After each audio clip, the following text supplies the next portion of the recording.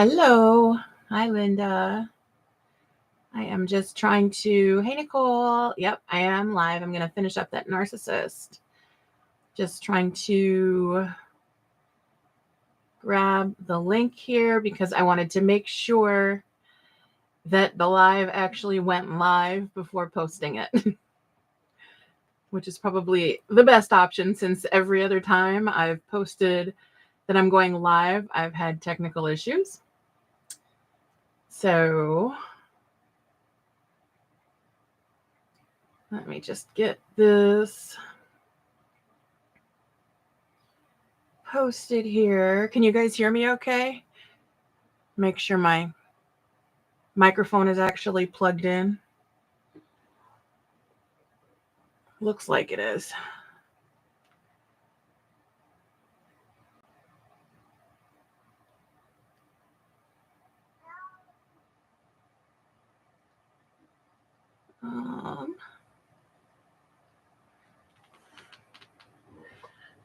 All right.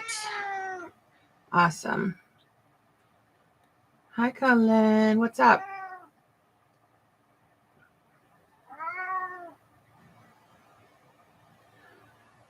All right. So chat doesn't want to work on my tablet, but it's working on my laptop, which is weird. Okay, cool. Oh, wait, hold on. I have to message Annie because she wanted to be here.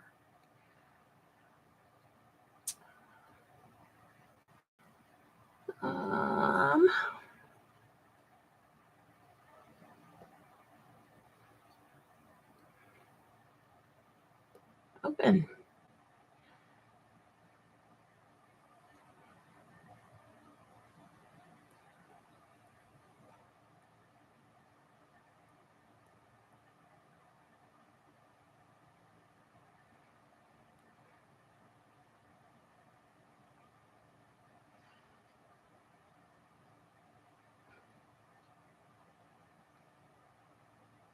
Okay, there we go. All right, so I finished up her other bag yesterday, so I wanted to get this one done as quick as possible. Hey, there you are. I didn't know if you'd see my post or not. I just messaged you as well. So let me pull this up real quick. I like to have the instructions up, even though I know this pattern through and through since 2021. I still like to have my instructions up because my brain likes to flip things. And sometimes I forget what measurements are. So let me just get this up here. I was mostly worried about getting the live actually working before posting it anywhere. And I didn't even bother getting anything else all set up, which is typical me. And apparently on my new laptop, the USB port that I need to have my camera plugged in was the port that I actually had my dongle from my mouse in. And I didn't realize there was a difference between the two. I literally just flipped them around and the video worked. This is the narcissist, one of my patterns. And this is a custom for Annie. So I pretty much just left everything sitting out. So I'm going to go ahead and train this. Oh, and there's the spider, the cloche, or not cloche. The, now see, brain doesn't function. This spider is nice and that's solidly on there. It's not going anywhere. So I'm just going to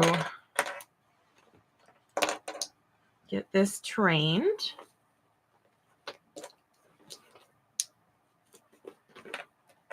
I should have trained it last night or the other night when I stopped, but I didn't. Hey, buddy. What are you doing? What's up?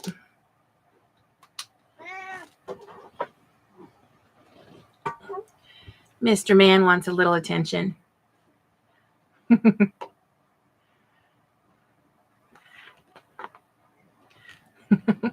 Hi.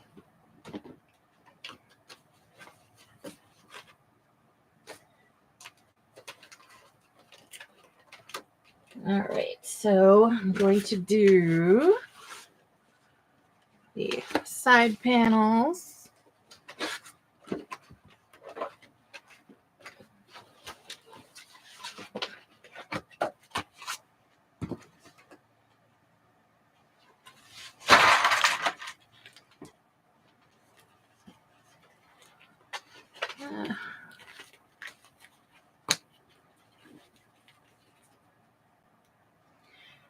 So how is everybody doing tonight? Are we relaxing? Are we sewing? Playing games?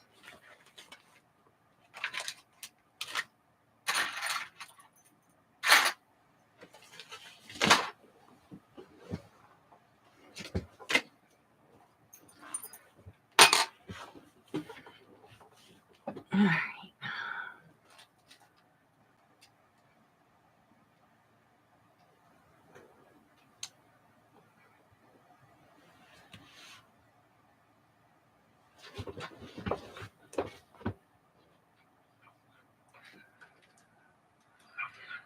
Okay.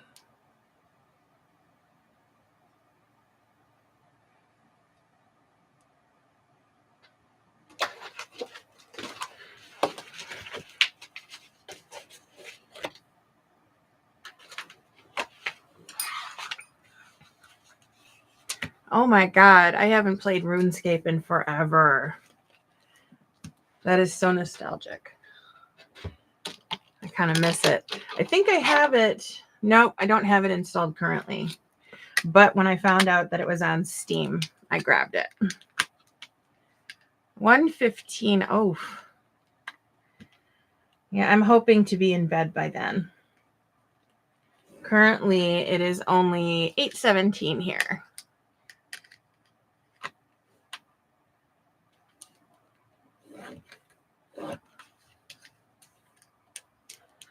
The Faculty. I haven't seen that in forever either.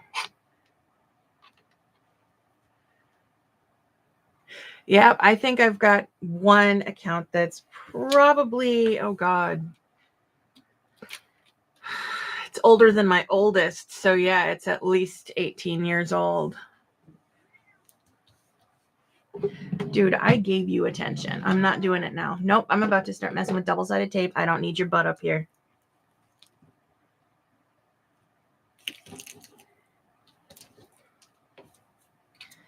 I do find it hilarious that it's still going and graphically it has not changed.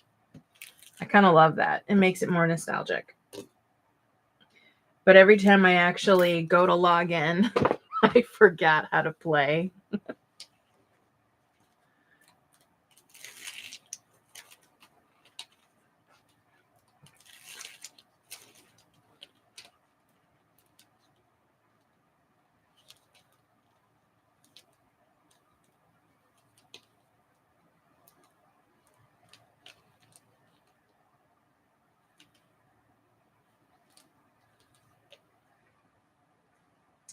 Lately, I've become more into Guild Wars 2 and Black Desert Online. Initially, I was not into either of those. Many years ago, a really good friend of mine, hey Melissa, asked me to join her in Guild Wars, and I had no interest in it because at the time, the only MMOs that I was into were mount based. And at the time, the only one that I knew about that I actually played was called 7-Core, and they are long since gone. They like shut down, and then they were sold, reopened, shut down, sold again, reopened, and then closed down really fast. So they haven't been back since, which makes me sad because I really, really love that one. And so this friend of mine was like, come play Guild Wars. And I ended up jumping in and could not navigate, could not do anything. And I said, sorry, this is not my thing. I in turn tried to get her into Second Life. That was not her thing. So a few years after that, she actually passed, and I decided that I was going to try to get back into the game for her. And when I did, they had like just a few months before she was gone, introduced a mount pack. And so I was able to become obsessed with it. So I actually love it now. And so I play from time to time.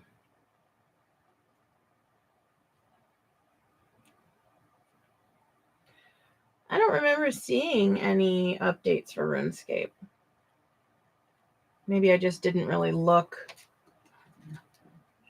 I might have to take a look. But yeah, I still like the old school style. That is the Addams Family. This is a print that is from Sadulce, and I don't think she has any left on her site. She still has things like marked down, and last I heard she was just trying to really downsize, and I don't know if she's going to be refilling her store again anytime soon, if at all. Hey, Beth.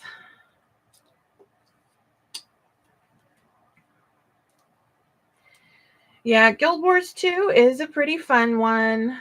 It's not...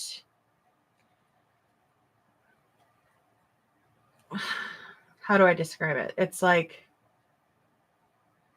It's not really considered open world because you have like teleportation, but it is. But it's really fun. There's always something to do. And they keep doing additions to their expansion packs. So instead of just saying, okay, here's a new expansion pack, and then here's a new expansion pack, and then here's a new expansion pack, they actually will go, here's a new expansion pack, and then a couple months later, here's an addition to the expansion pack. And so it'll expand the storyline. So if one storyline has like, say, 8 chapters, within a year, it could have a total of like 15 or 20 chapters because they keep adding on to it, and they don't charge you extra.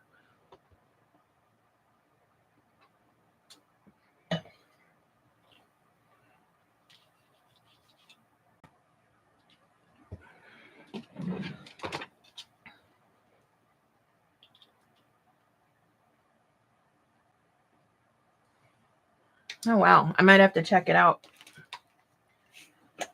and see what the deal is.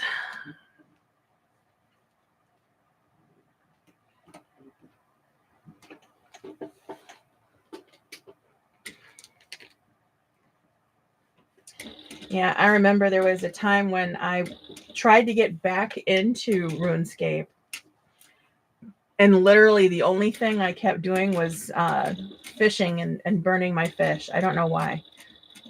But I literally spent like 3 hours fishing, burning my fish. I may have chopped down a tree or two. But it's like I wanted to play, but I just wasn't feeling it. So I just kept burning my fish.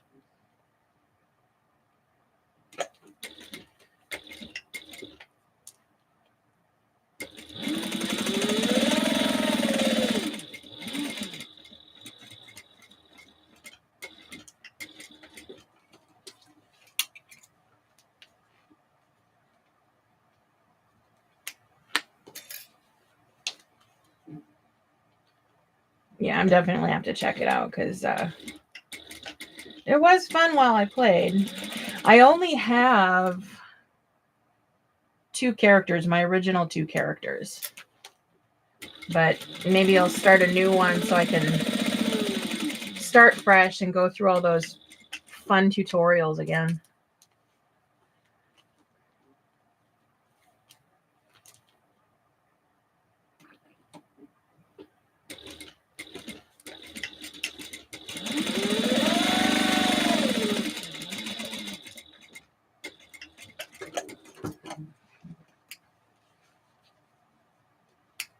The other one that I really love is Black Desert Online.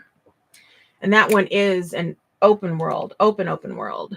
That one, there is absolutely no teleportation. You have to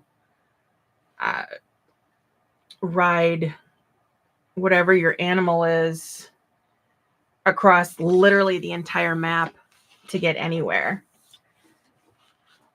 There is one thing that they did add. It's kind of like teleportation, but what it is, it's part of one of the latest updates where you have to go to this well. You like have to do a bunch of quests first to be able to do it.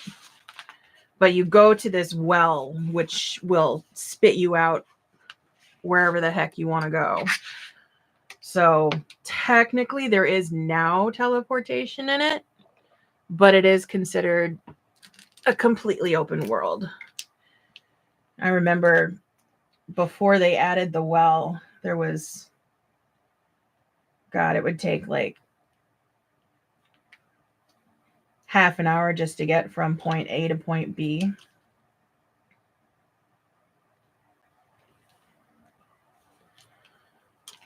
Oh, I did mark my centers. I don't need to do that. But it's a fun game. It does have mounts, but it's very, very limited.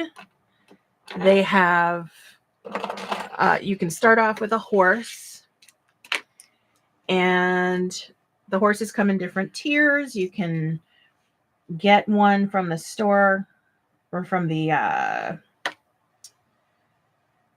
the stables. You can buy them in the stable market.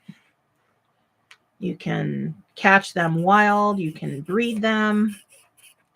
And when you breed them, you can try and raise the tier to make them worth more. And then you can also, as you advance in the game, do camels, and I believe the other one was an elephant. I haven't gotten that far. I like my horses. You could also do a donkey.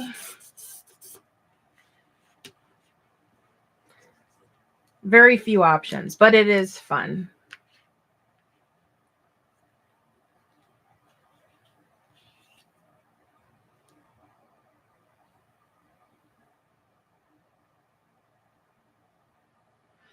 Lodestones. So like a lodestone to teleport.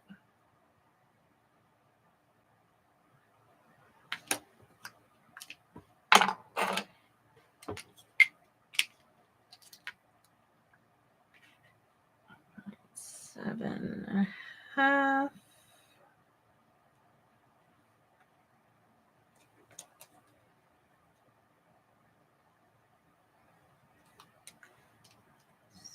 Oh, was that 7.5? That is not 7.5.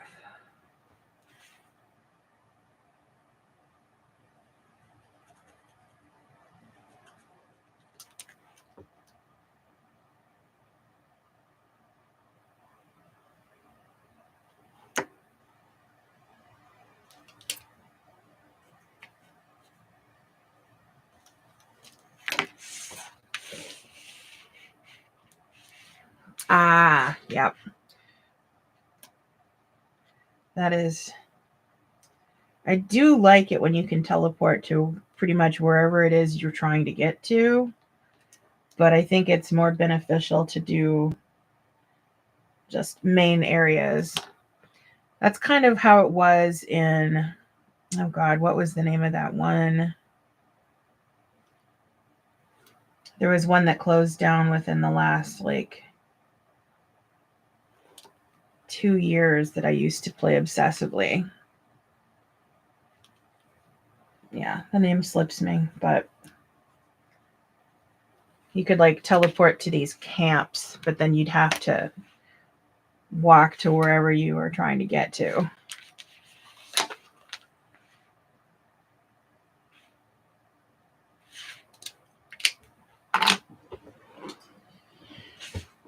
I also do occasionally play WoW when I think that I'm going to be able to play it for like a week or two.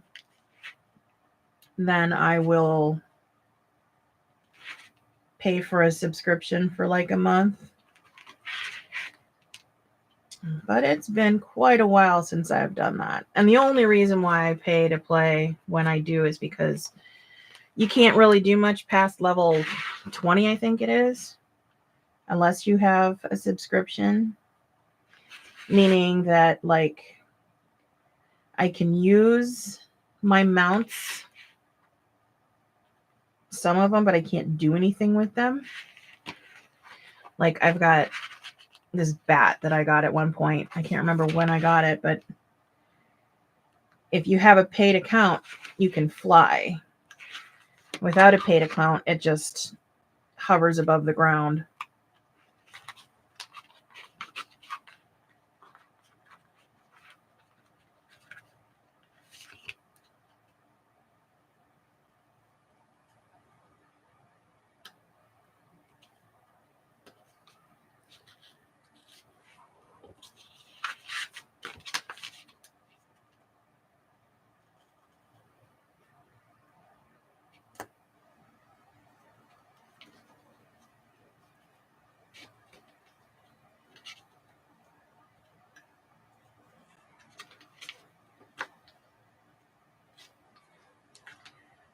Oh, come on.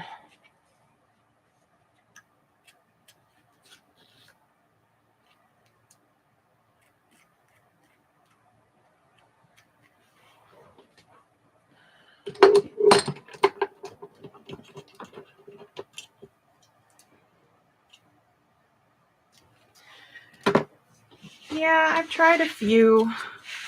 Not a lot of them are great. I think it almost seems like some of them just kind of repeat what everybody else did, which can be obnoxious. One that I wish I could get into is Ark. I've got both versions of Ark, but because there isn't really much of a storyline, I just can't get into it. And then it gets to the point where it's like, I'm tired of waiting for things to happen. So I'll just like cheat code and just grab all the dinos that I want, fly them around, collect some stuff, and then I'll log off because it's just boring.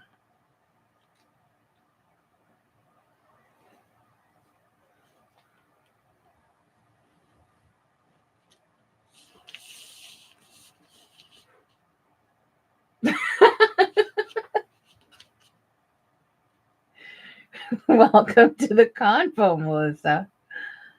Yeah, I do like Ark. I'm still anxiously awaiting Ark 2 because with an actual storyline, I'm gonna be more into it. So I guess we'll see if it actually happens and they don't fall through again.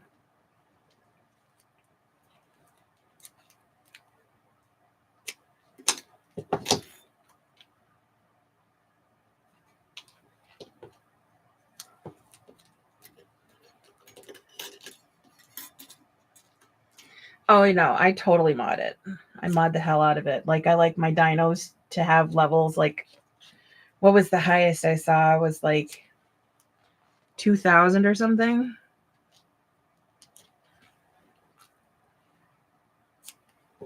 Yeah, I play heavily modded when I do play. But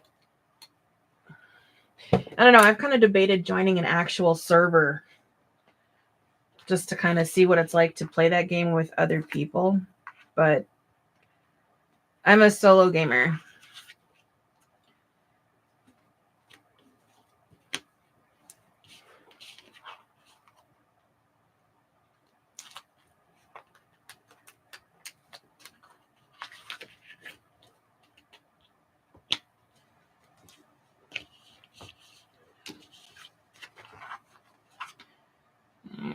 Which side? That one.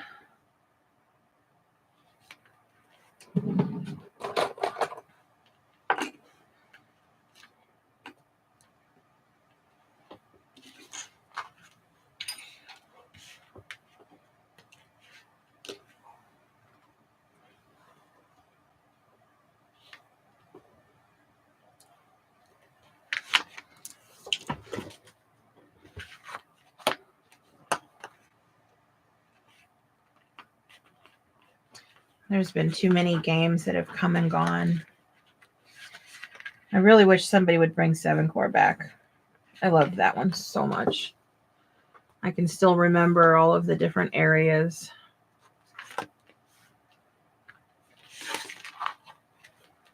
It just never caught on and people didn't fall in love with it as much.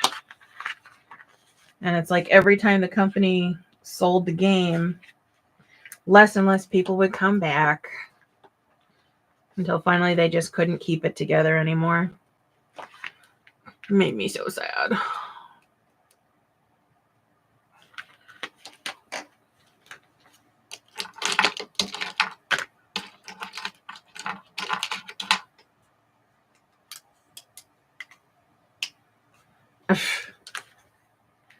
Yep, I definitely like the solo aspect better.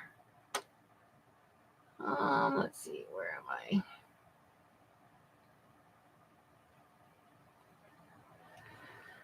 In the update to the instructions, I actually put measurements for where I make my marks, and I'm just trying to make sure they still make sense.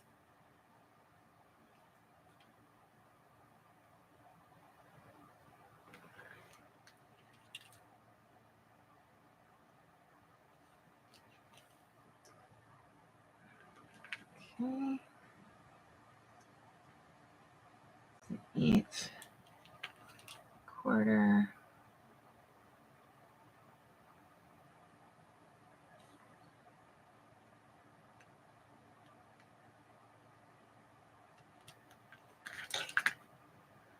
Yeah, that looks about right. Okay.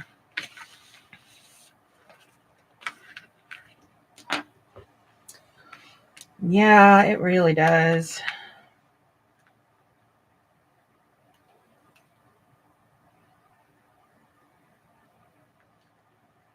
But I guess that's how games evolve. Someone sees what's doing well and then they improve on it, release something new.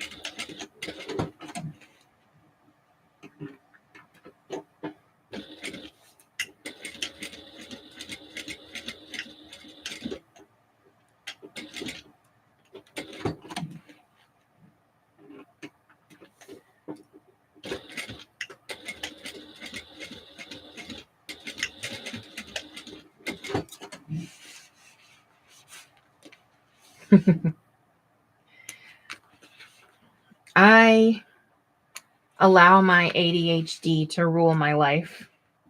So if I don't have like 10 different games that I can hop between, I get beyond bored. RuneScape, when I was into that one, I was also heavily into Second Life. And in Second Life, I was actually a content creator. I still have my own store where I made and sold clothing, and then I changed it up to footwear. And that took up about 95% of my time. So it was easy to stop playing RuneScape and other games.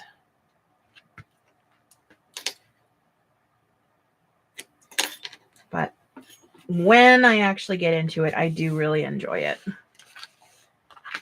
Because it is a very fun, old school style game. They don't make them like that anymore.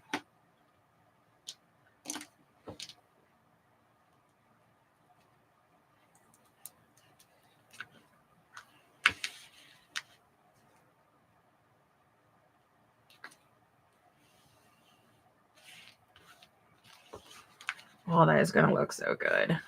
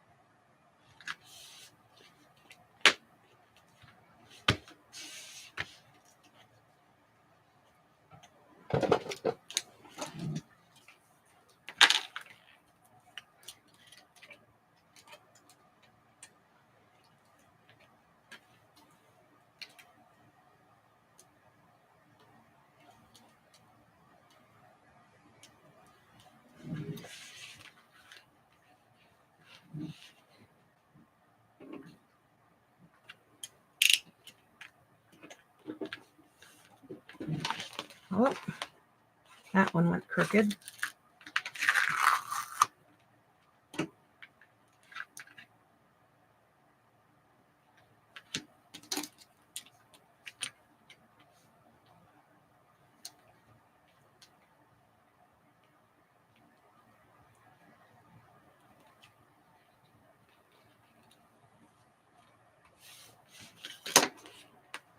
That's better.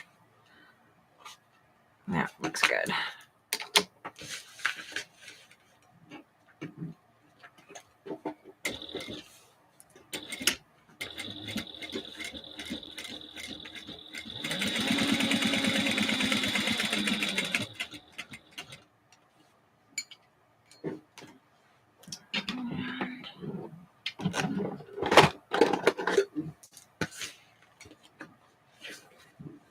Go up one more.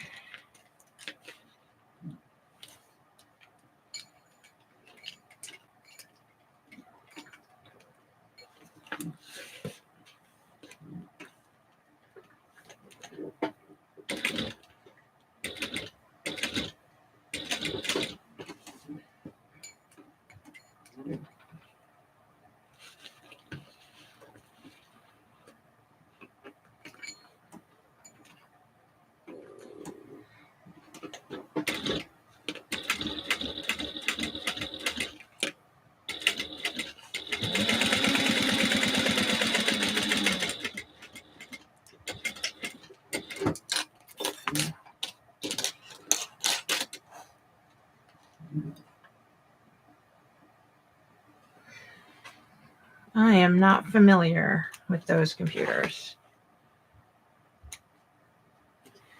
I remember playing on my mom's Atari in the 80s. And from there, I went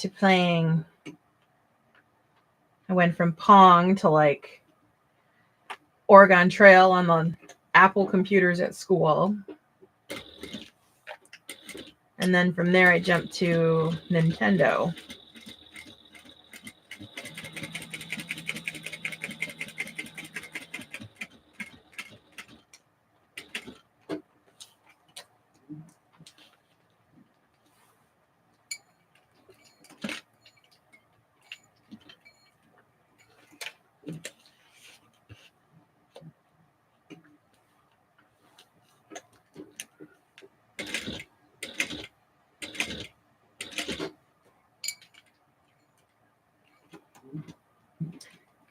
Hello, this is the Narcissist. This is one of my patterns.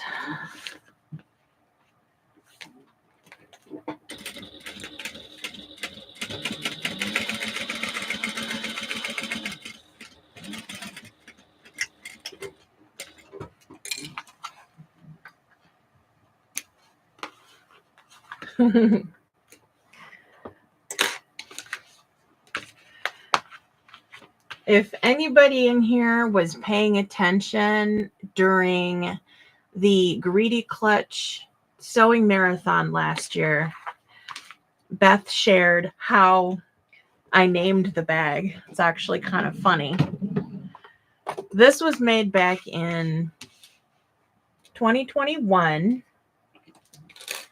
and it was the first pattern I ever self-drafted. And I was messing with it for almost a year before it was actually named. And it was named after somebody who was in a very high-profile court case at the time and was known for being a massive narcissist. And I thought, wouldn't she just love it if I named my bag after her? And so I did.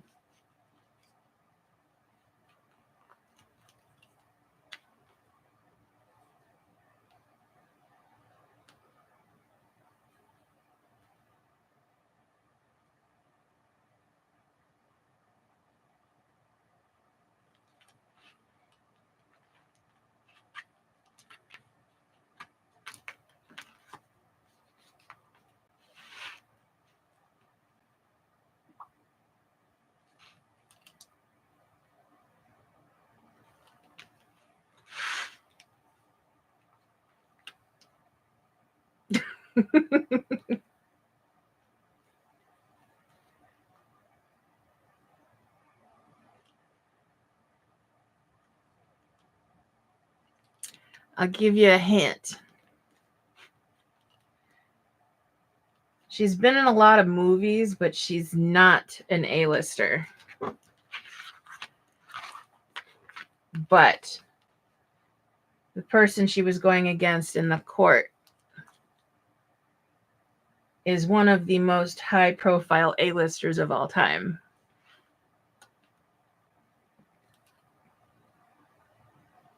And her ex.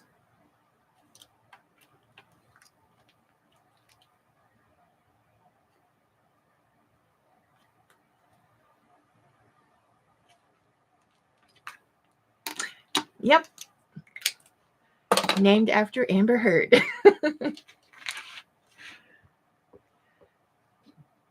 All right, I have a feeling that my new hole punch is not going to want to participate. We'll see here.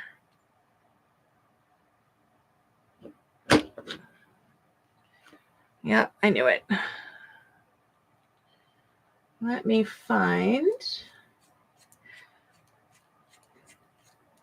Yeah, I couldn't help it because at the time I had no desire to become a pattern maker. I never thought that I would be drafting any more patterns. I just figured that was the only one. But now I'm known for having not so normal pattern names. And so At the time, I just thought I wanted something that was weird that would be memorable. And it evokes many different emotions in a lot of different people. You know, some people thought the name was cool. Some people thought the name was disgusting. Some people just thought it was weird. But it's memorable. You're not going to catch me naming something Stardust Satchel or something like that. I will sit there and stare at my machine until I come up with a weird name for something, or at least something that's not expected. Like my newest pattern that I just started cutting out another one with the final pattern pieces today, finally, is called the Temper Tote, because sometimes I've got a quick temper. So it fit. And then I've got the Flatterer, which is my 15-inch circle bag pattern, which I literally called it the Flatterer because it's a big flat bag. And then I've got the Sanctuary Tote.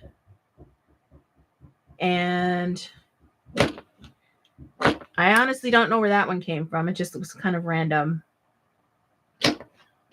So that one literally had like no meaning. The Greedy Clutch was called the Greedy Clutch because I had initially made that pattern for two of my aunts for Christmas who like carrying small bags.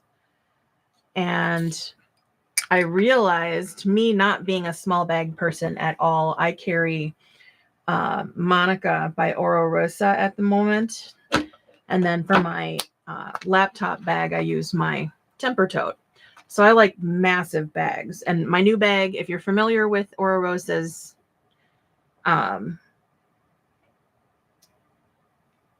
Monica, the Temper Tote is bigger. So I'm used to these massive bags. And so making something so small like the Greedy Clutch, I didn't expect it to really hold much, but once I started putting stuff in there, I said, "You're a greedy little thing, aren't you?" And it stuck. So I come up with my pattern names in really, really weird ways.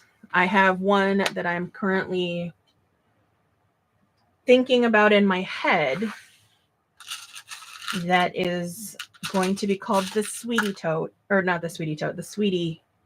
I don't know what it's going to be, but it's called the Sweetie. And I named it after my Pomeranian that passed away last year. So that's probably the most normal name, I guess, any of my patterns will ever have.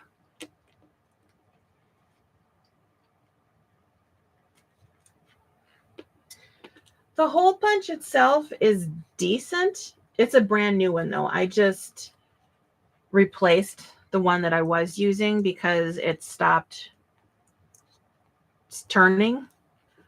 So it wasn't actually punching the hole unless I like twisted it really hard. So the one that I just used is behaving, but the punch itself, the die, was really dull. So I just swapped it out. But other than that, other than having to replace them like every 5 or 6 months, I actually like those Japanese hole punches.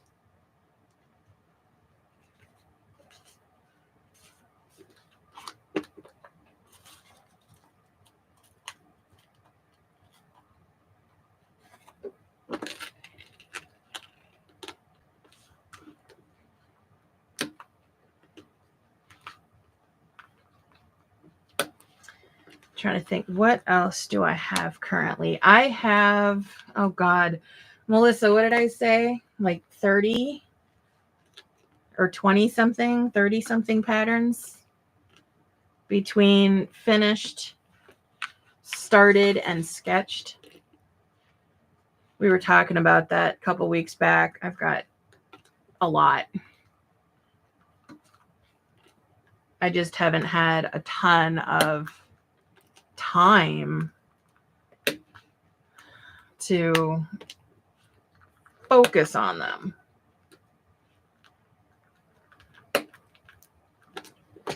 Yeah, something like that. It's definitely up in the double digits. And they're all different. Every single one of them. Like the Temper is going to be my second tote bag. But other than that, I've got a bowler bag. I've got a couple of satchels. I'm not really aiming to do any like backpacks because the Flatterer is able to be used as a backpack if you had the backpack strap. I do have one that's unnamed, and I showed it in a live a few weeks back, that is an elongated version of the Narcissist that is a backpack. So I need to finish that one.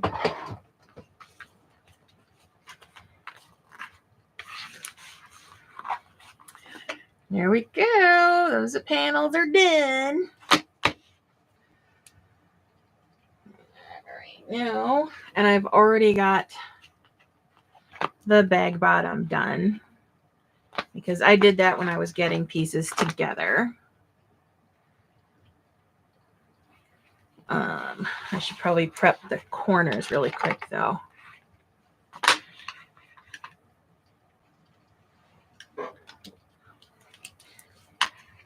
It does. I really like how it looks.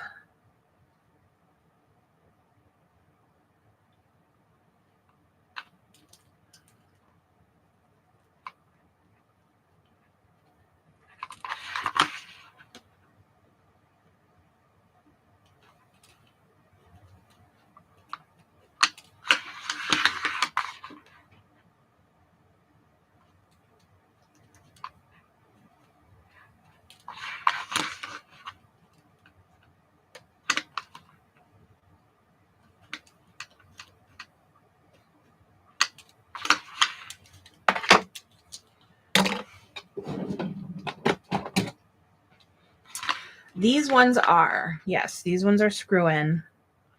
I don't typically like using the screw-in ones. Because as you can see, I had to build up my Decoville Heavy. So this is 3 layers of Decoville Heavy and 1 layer of Peltex. And that's, I mean, the 1 layer of Decoville Heavy with the Peltex, that's standard what I put on bag bottoms nowadays, because that sucker's hard. That's not going anywhere. And I have to bulk up the areas where the feet go. Normally, I prefer using prongs, but I didn't have any big ones, and I didn't want to use little itty bitties on this bag. This bag is the bag that I like to bling it out. I like the hardware to be very noticeable. And so having a bunch of teeny tiny little feet that are half the size of this just would not have gone over for me. Not at all. All right, now let's do, let me put this, where can I put these? Over here.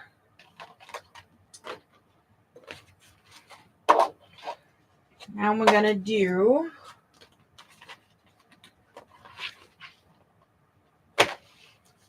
the front pocket. This is part of the update.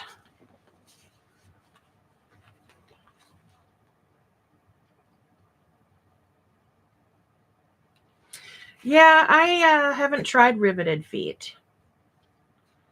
So I don't know quite what to think of those, but I've tried riveted magnets and I really don't like those. So I never wanted to try the feet.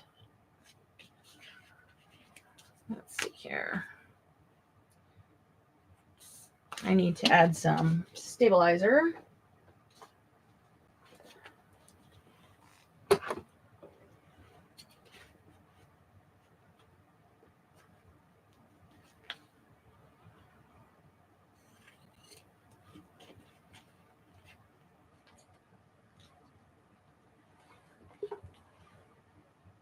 That much. We'll do a big one there, small ones here.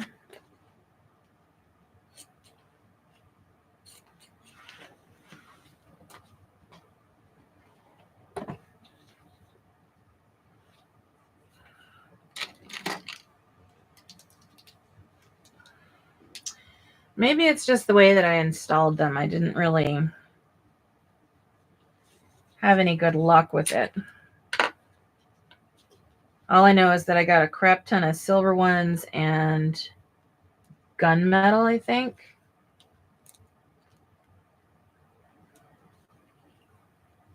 And they've just been sitting unused for the past couple of years.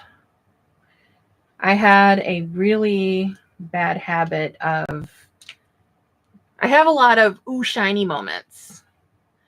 You know, somebody puts something out. Ooh, I need that. Ooh, I need that. Ooh, I need that. Ooh, somebody's using something I've never used before. I need that.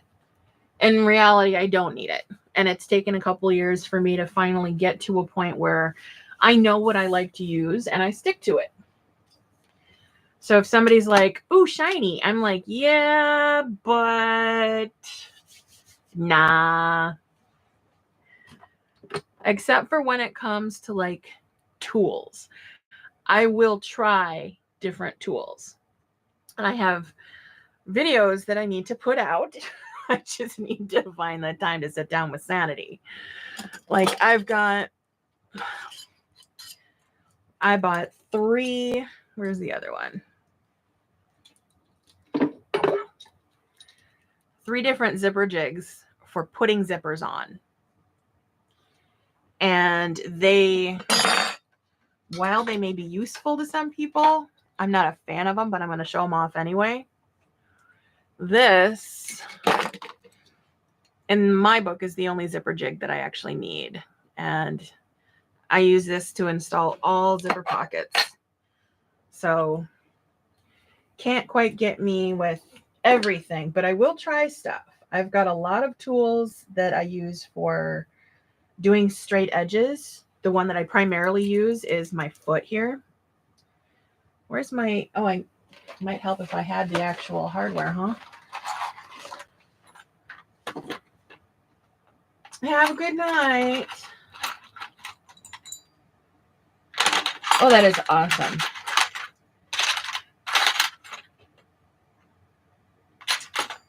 I think you're going to enjoy it. I have only ever had issues with putting my zippers in like wavy when doing a zipper pocket, and it drove me absolutely bonkers. And I had an ooh shiny moment when I was watching one of Lauren's videos. She had the zipper jig from Myth Leather Co. And I was like, $35 for a bar of metal. I don't think it's going to make that big of a difference, but Lauren has one, so I need it. So I bought it and I never went back. And it's hilarious because she forgets to even use it anymore. So she doesn't use it, but I use it constantly.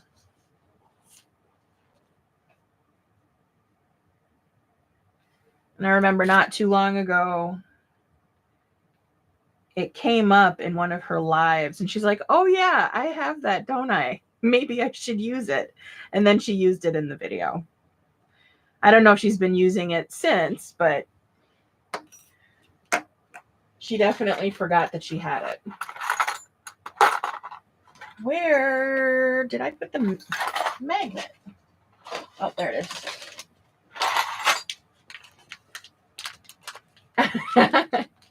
Nah. But he is now aware that I have a video on how all the different ways that I use the zipper jig, and he did like comment on there thanking me. So I don't need an affiliate link, but I do absolutely send people his way all the time. Every single time I get asked, like there's been a few people who have commented on the video asking where I got it. And then other people who have sent me like DMs.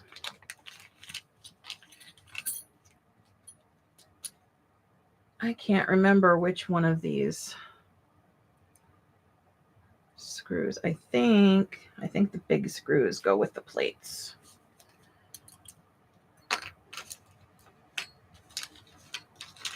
It honestly feels like it's been forever since I made any bags because I get into that mode when I'm working on a pattern and I just forget how to sew everything else, which is why sometimes I just have to stop, sew something else to kind of refresh things.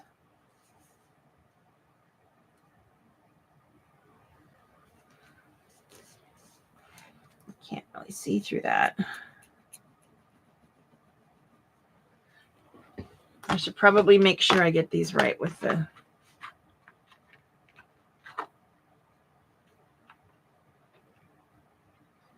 pattern piece here.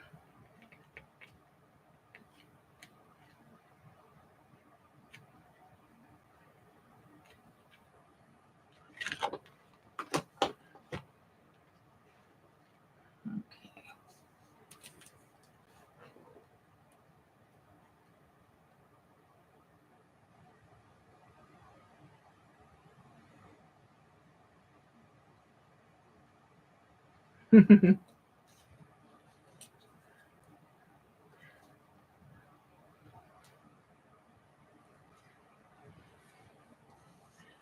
I'm not familiar with who that is, but I'll have to check them out. I'm always on the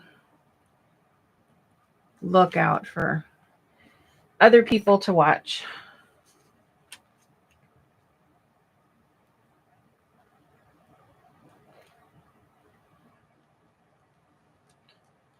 How about a pen that actually works? I think that one's running down.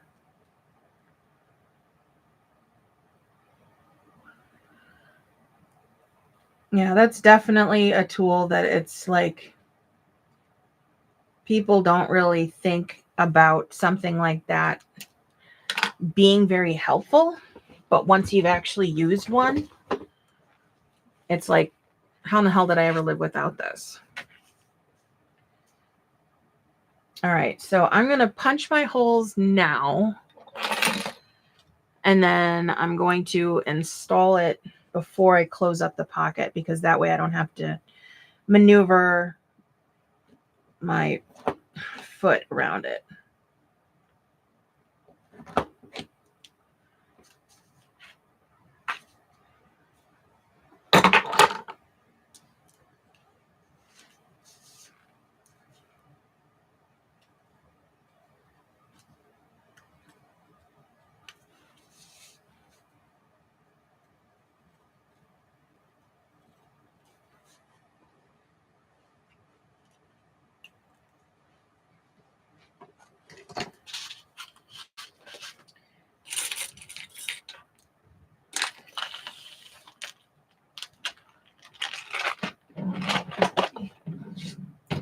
All right, you do not want to lose any of this stuff.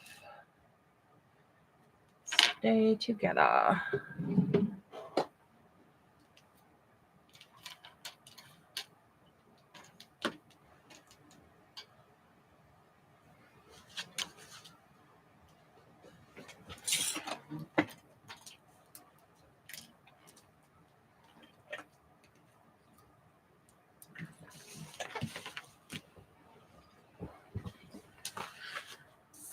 All right.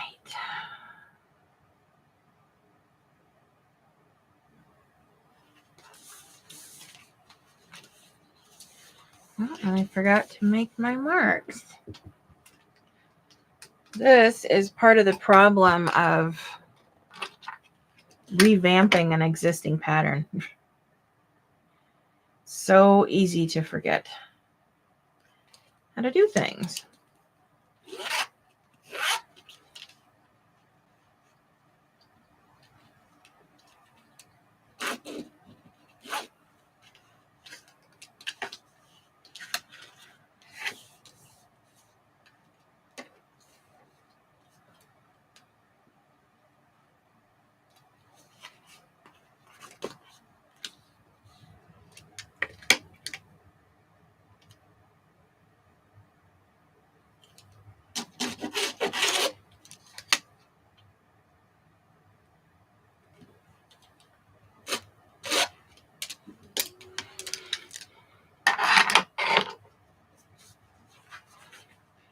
You guys see all of the hardware and zipper tape stuff that's going on over at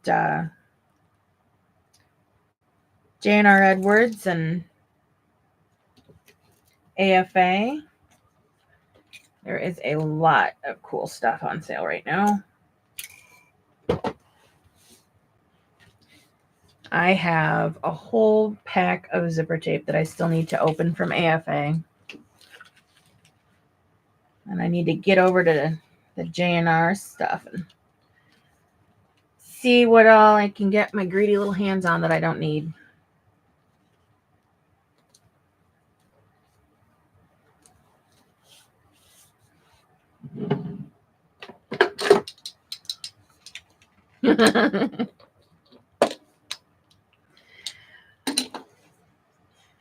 Yeah, there's a bunch of good stuff.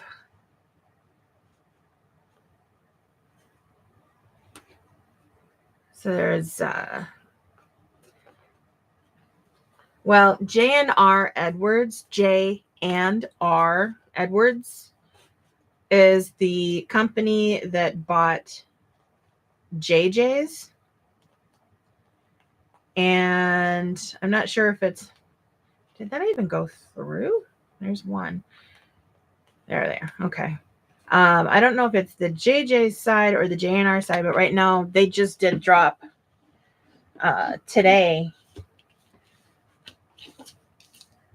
of a bunch of hardware and zippers. And AFA, oh God, Nicole, help me. I'm going to butcher it.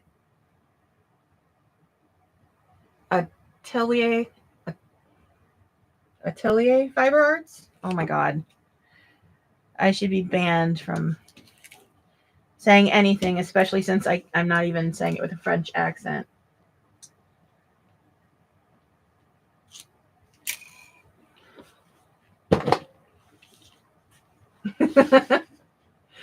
I have a whole bunch of those Sidolce poles, and I think she still has some. And I use them quite often. Mostly on the inside, since I like bigger statement pieces on the outside.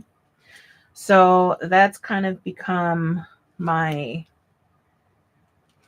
basic hardware option for zipper poles. I do have some basic options too for people who don't want cuss words all over in their bag.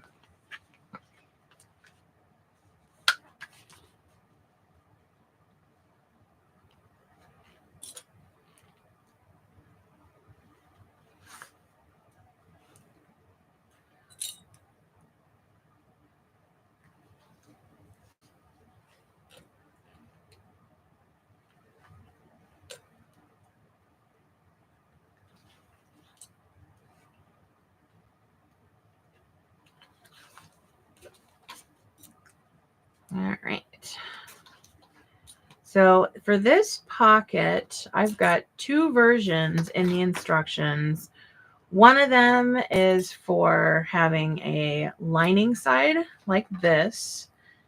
And the other one is for doing full exterior inside and out. And that's what I would probably recommend when doing leather or a textured vinyl that doesn't have a directional print on it.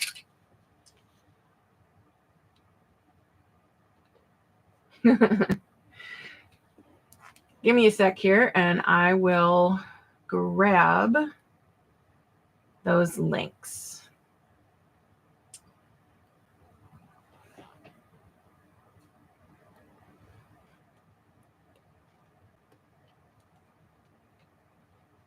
So AFA or Atelier Fiber Arts, I butchered it. I don't care right now.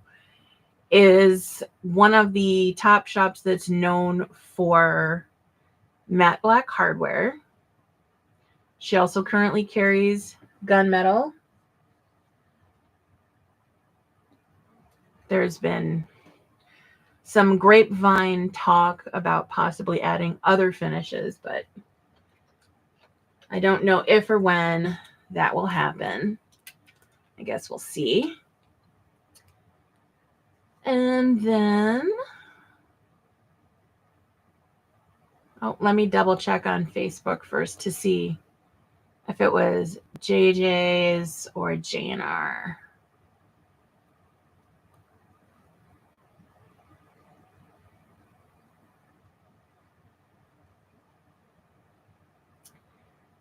And it looks like they posted it in the JNR Edwards group. And it's ladies bundles, zipper tape, webbing, and pulls. So let me grab you that link. They are running around for Women's Month. They're promoting a lot of women-owned businesses.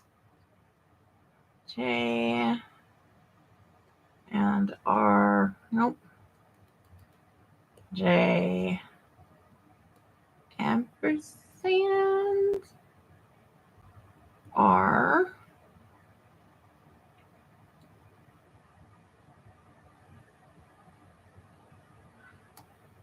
Bookmarks, just open bookmarks.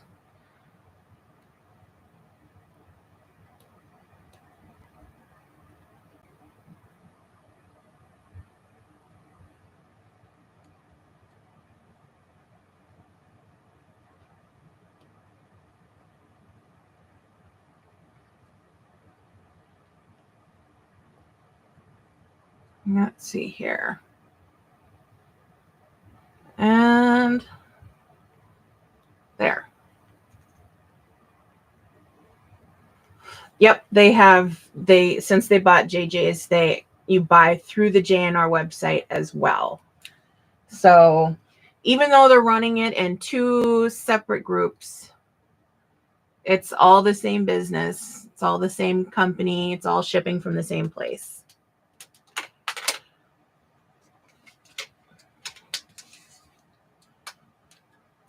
And the owners are awesome.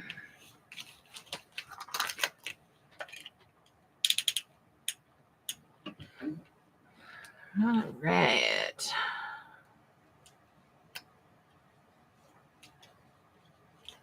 Come on. Gotta get caught up here.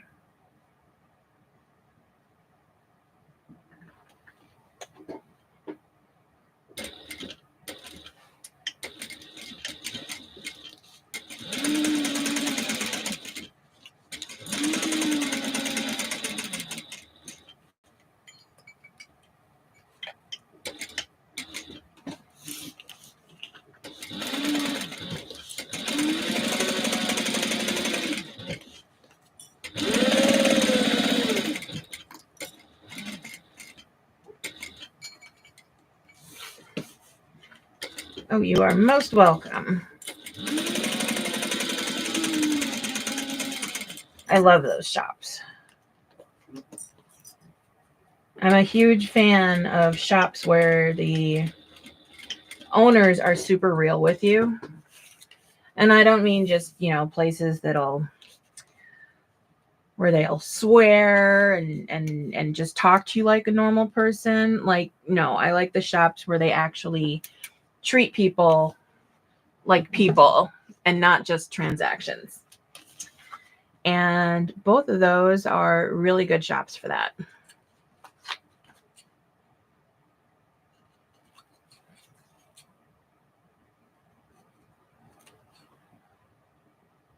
I have interacted with some shops in the past that are just like, I got your business. That's all I want. Now go away. And I'm not a fan of the cold, thanks for the cash, now get lost kind of a vibe.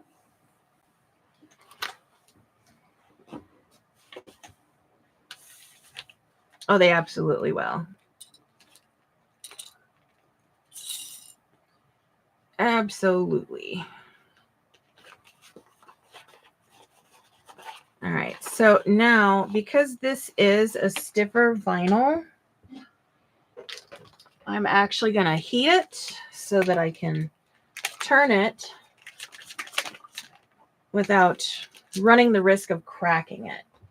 I haven't really had issues with this vinyl cracking, but I like to still help it as much as possible. Whoops. I just shut off my...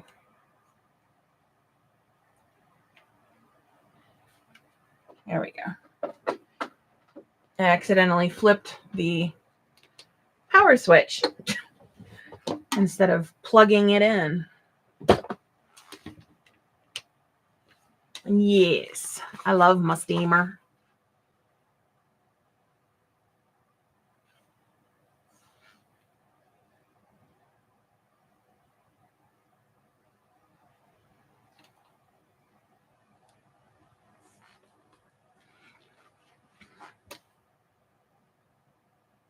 Come on, is this thing on? There we go.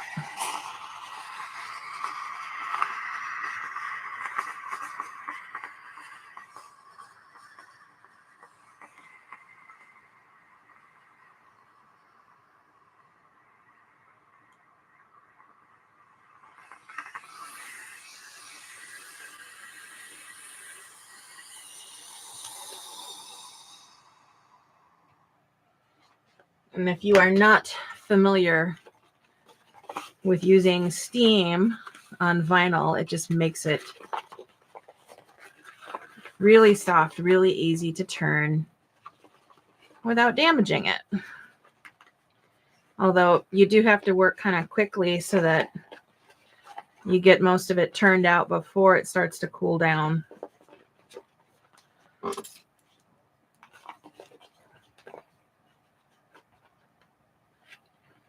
Otherwise, you could just hit it with more steam.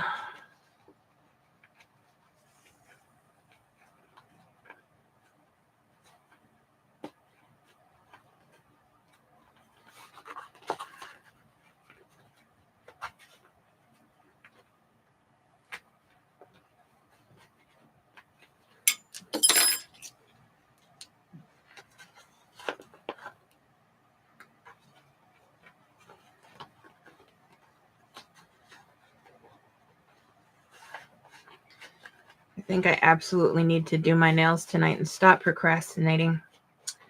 Some of them feel like they're trying to pop off.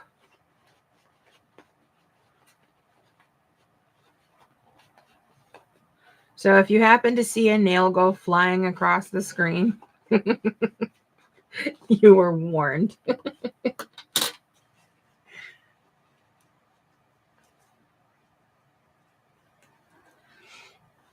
All right, now, so I don't get a bunch of teeth marks in here, I'm going to use my black clips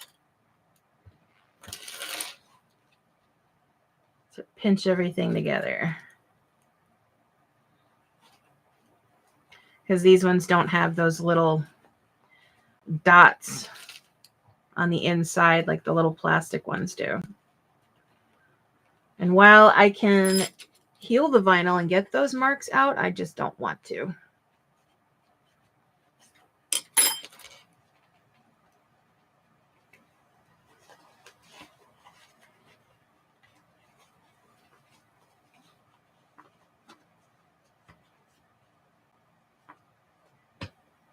Oh, wow. Okay, I just realized my... sitting here looking at my laptop going, why is it so dark? It's because it's not plugged in.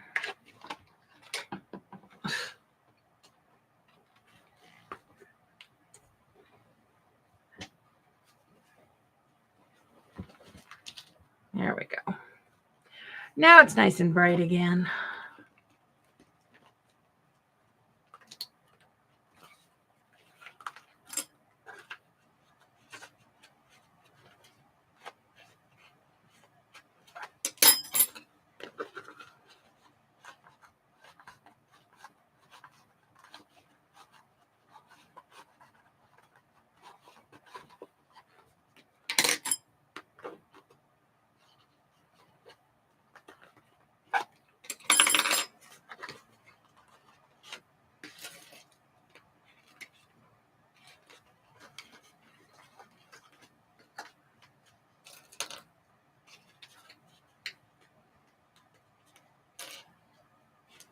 So now, one of the reasons that I constructed the pocket this way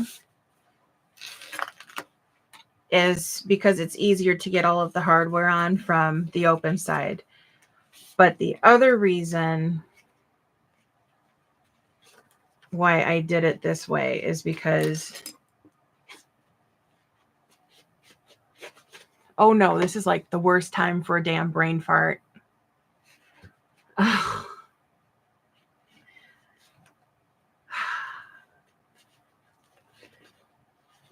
Oh yes, the other reason is because I'm not a fan of the whole leave a small slit open and then turn through that hole kind of a thing, because it's really easy to tear it.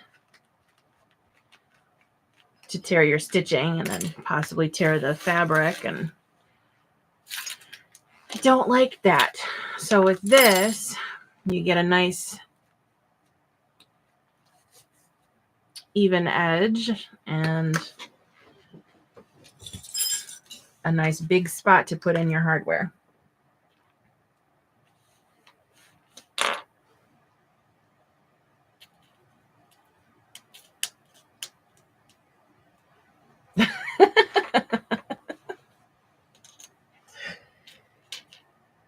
Yep, we don't need any puppies right now.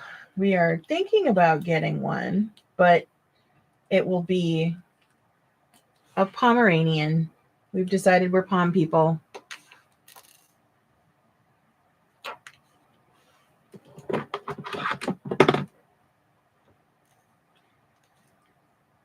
Wow, your dogs are adorable. I don't think I could ever do a big dog again. And she's AFK. I'm just talking to her and she's probably not even hearing me because I pay attention.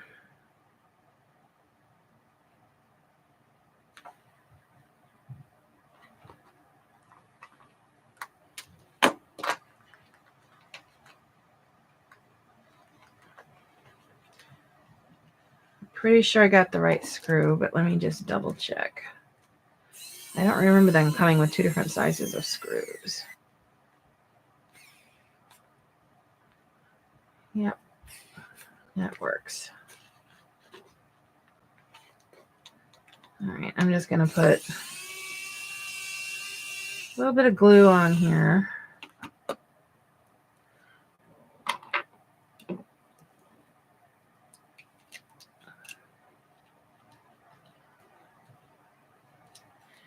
If I can even open the damn thing.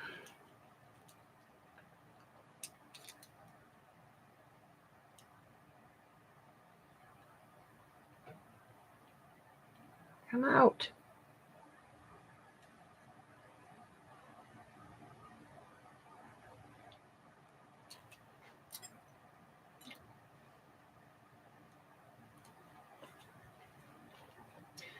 Those are both pretty big dogs, aren't they?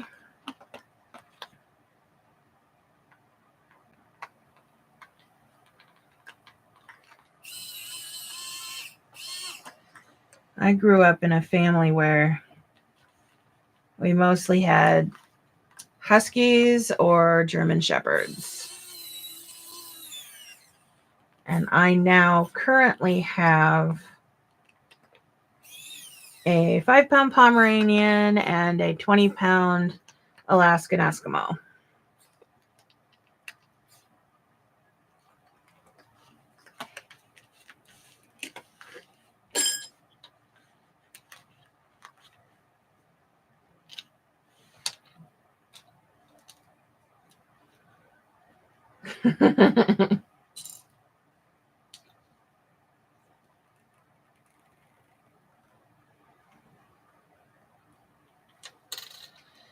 An aunt of mine used to have one of those.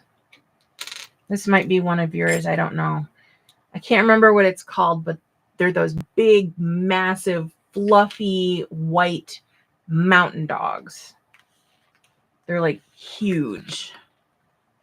I can't remember what the breed's called, but her name was Molly and she was a sweetheart. I could never have a dog that big, though.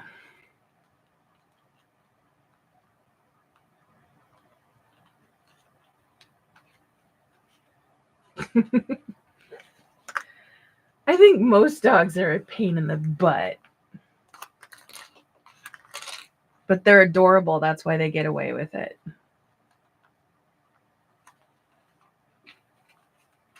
Yeah, that sounds familiar. That might be what it was.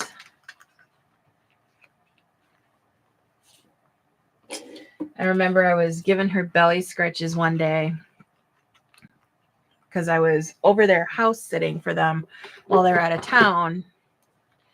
And I just had her laying on the kitchen floor and I was just going to town. Scratch, scratch, scratch, scratch, scratch, scratch, scratch. And she absolutely loved it. Finally, she stands up, shakes herself, and walks away. And I kid you not, there was a slightly larger than quarter-sized tick, fully engorged, just plopped right down on the floor where she was laying. I was like, ugh. If she wasn't so damn cute, I never would have pet her again.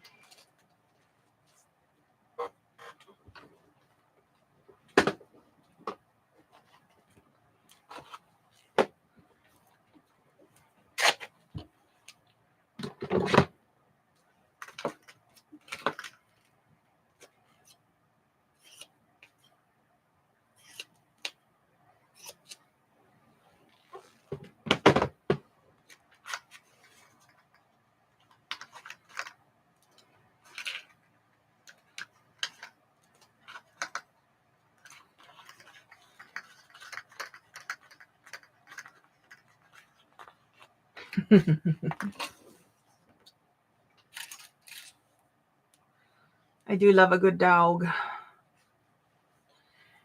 All right, now I am going to add just a little bit of tape to the inside just to help me line things up.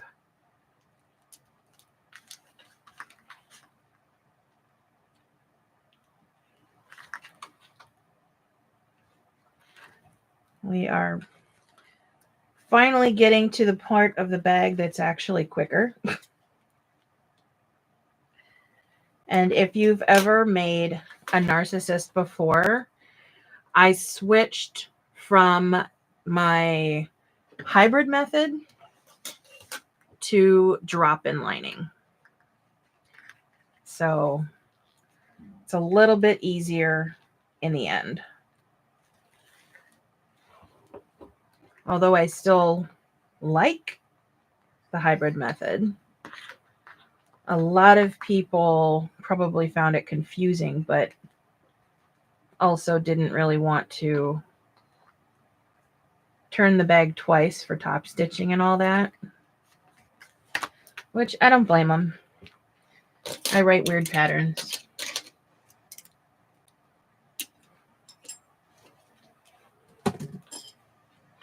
Yeah, but you did an awesome job at it, so. And the fabric that you picked out looks a lot better than what was on there, so there is that.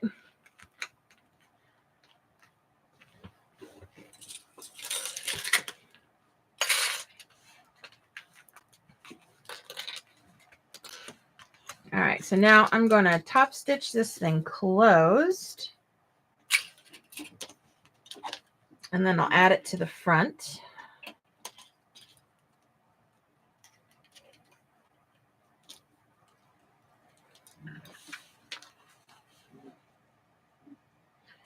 And then I will see where we are time-wise.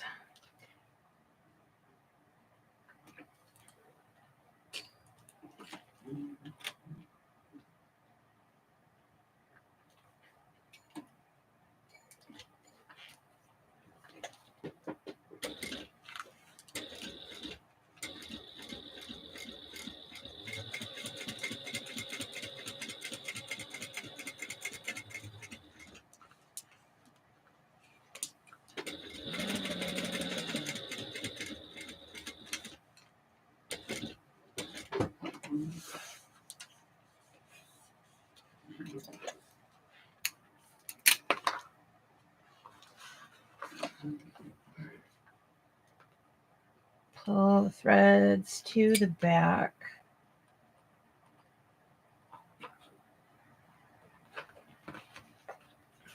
Maybe, maybe not.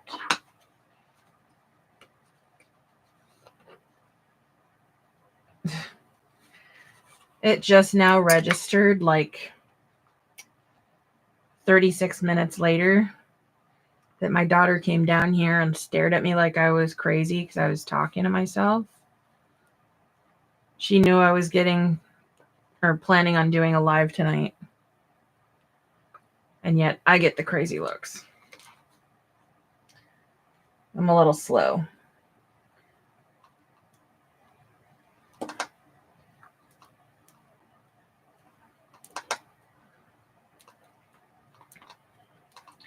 Chewing is the reason why I will never get another husky. When, God, I can't even remember how old I was.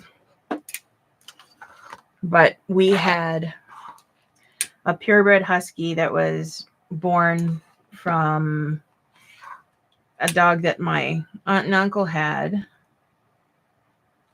And he basically chewed up the entire set of chairs for the dining room table because me and my brother were at school and my mom would go to work every day. And I do not want dogs that chew up my furniture. I did used to have a mixed breed dog that chewed up our couch, which sucked. But we actually ended up rehoming her last year. So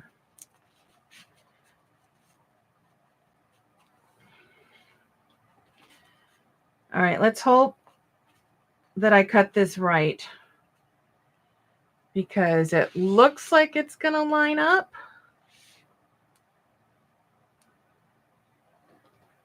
That is...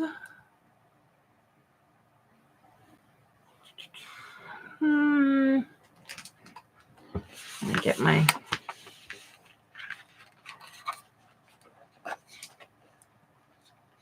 Oh, geez.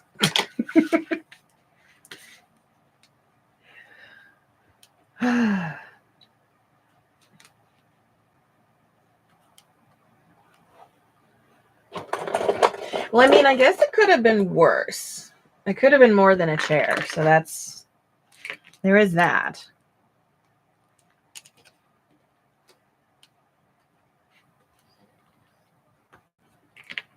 All right. So here's another little tip. If you have something that you need to measure away from an edge and you've got a ruler that is the correct size and some heavy duty clips, you can attach your ruler with those clips so your positioning won't slide around.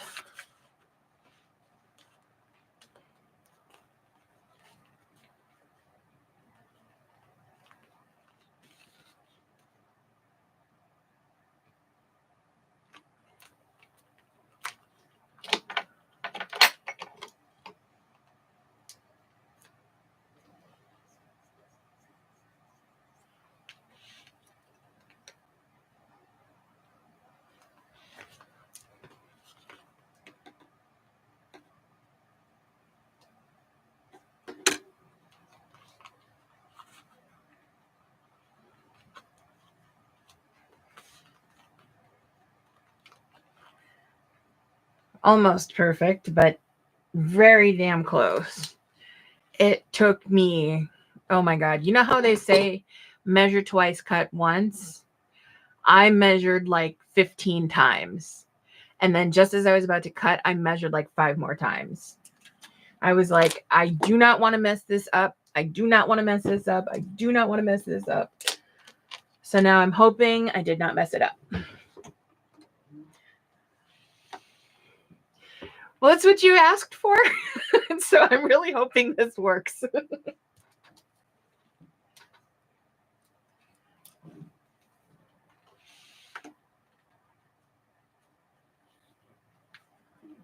All right, let's get it done.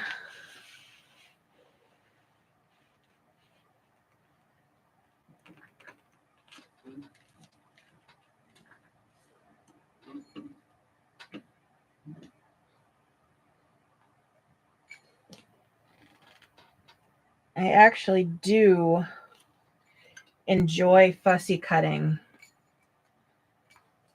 when I can and when I actually have the patience for it, which doesn't happen a lot, but definitely put my skills to the test with both bags.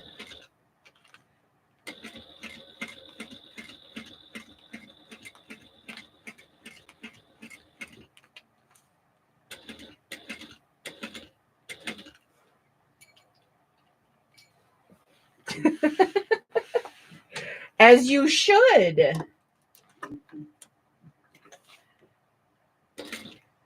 Absolutely should. That's one thing that I really enjoy is when I can be precise on a bag. I absolutely will. And while this was a challenge, I accepted it happily.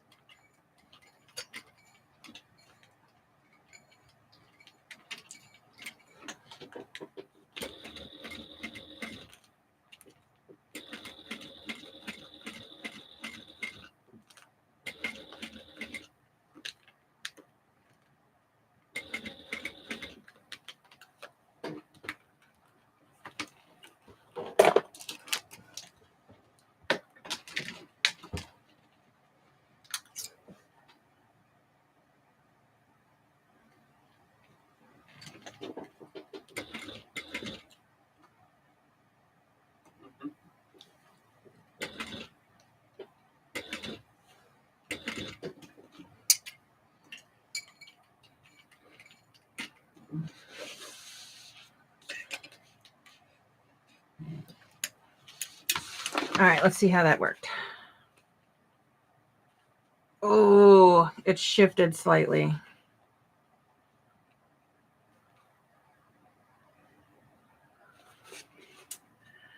See, it shifted.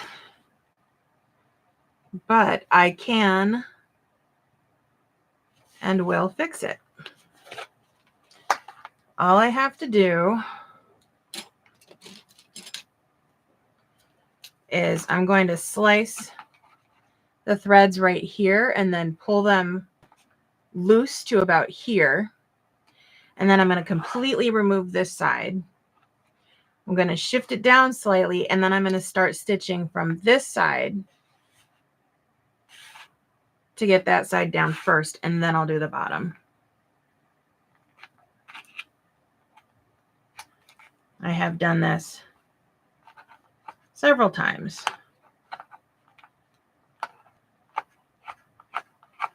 So it's not really a big deal. And the thread is in a position where it's not going to be seen.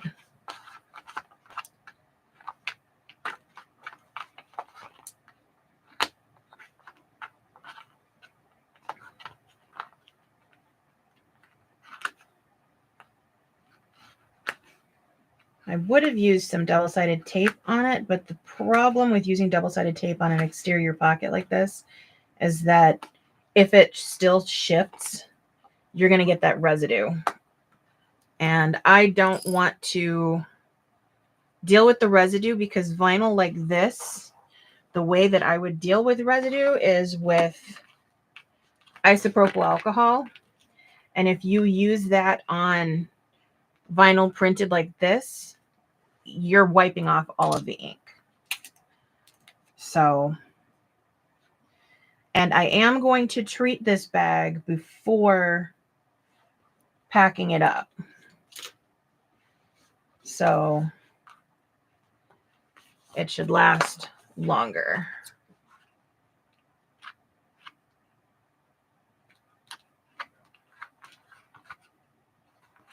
And that'll also help with like UV rays and such.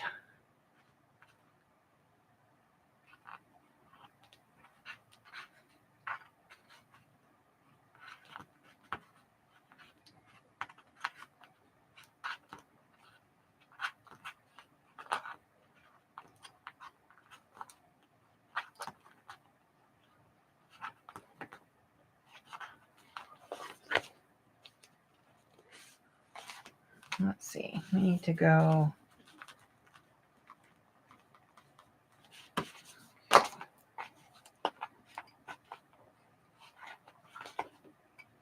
This is one of the reasons why I don't buy shiny vinyl or smooth vinyl anymore, because it does have a tendency to shift sometimes, not all the time, but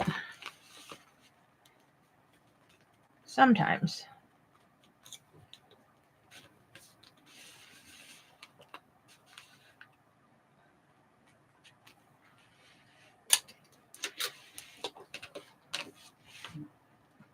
Get out of the way.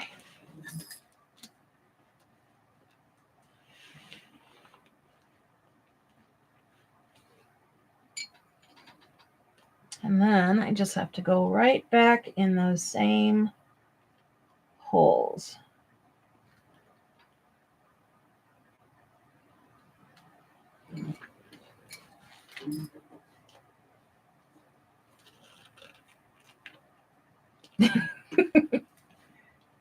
Well, the picture that you showed me looked like it was done. Are you not done?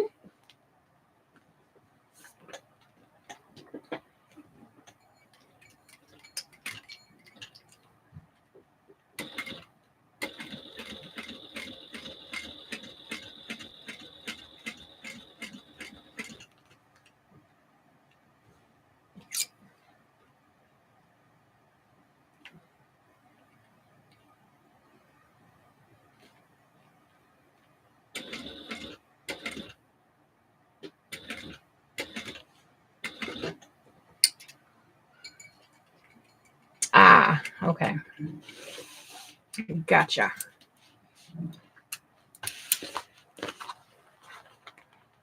See, that lined up so much better. So now I just have to stitch across the bottom and pull my threads to the back, and I'll be good to go. Very quick fix.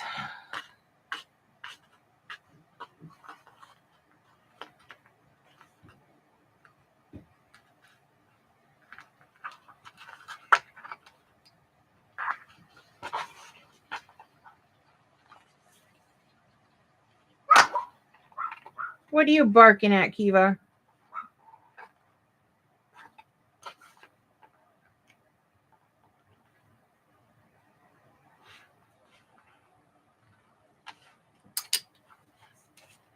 I'm going to go ahead and tie these off just so they don't get pulled through the other thread, or so the other thread doesn't get pulled through it, rather.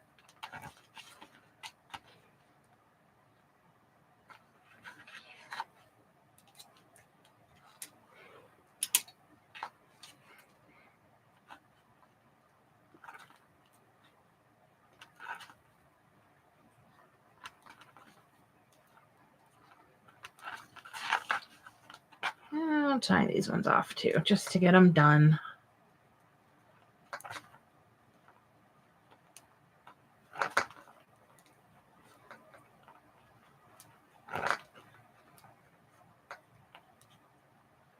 Yeah, I used to get imprints on mine too, but you can heal that with heat, first of all. Second, it's just really annoying. Plus, I've just learned over the years now that I just prefer a textured vinyl. It just, I guess it's a sensory thing for me. Plus, it just makes it look a lot nicer and feels more classy.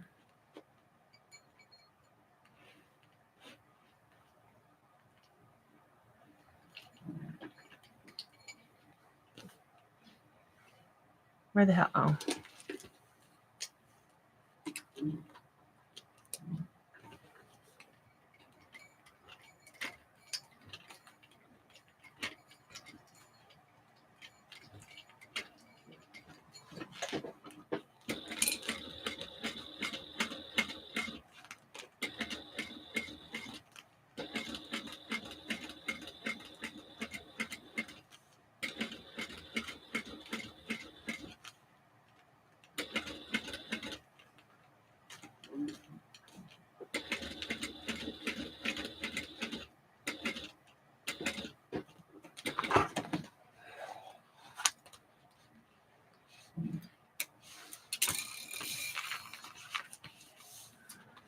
I'm going to end up zapping that with a little bit of heat just to kind of shrink it down a little bit.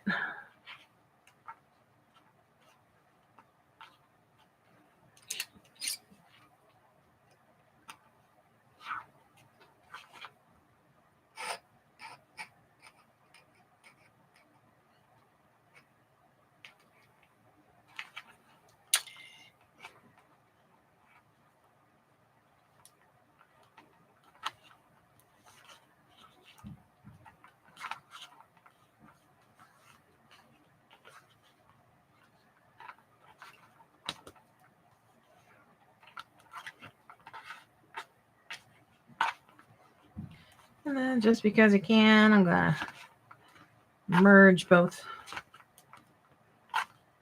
ends. There we go.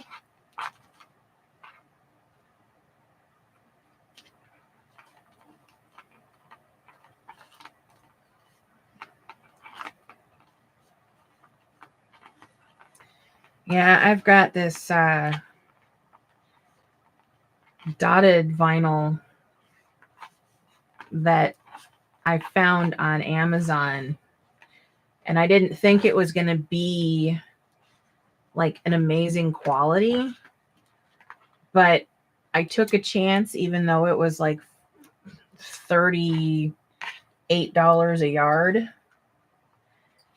and it turns out to be one of my absolute favorites, but I don't have a ton of it, so I don't use it very often. But I have made 3 narcissists with it so far.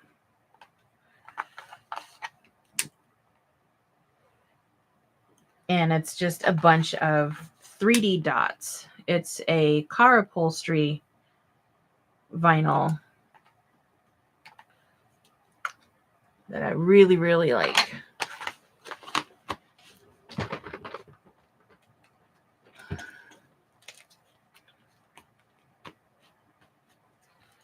All right, so now what I'm going to do, because it's kind of wavy, is I'm going to shrink it slightly. This is a very, very delicate technique.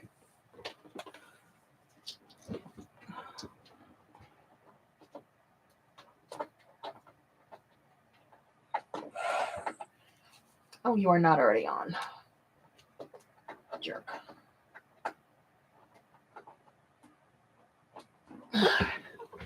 So this is an embossing heat gun.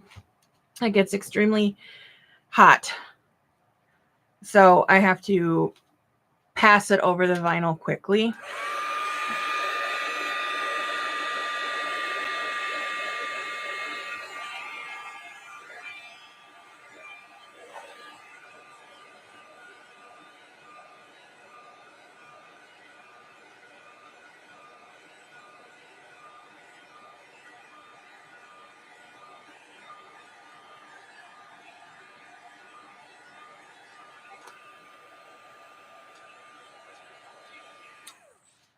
then I'll just kind of press it down to help smooth it out a bit more.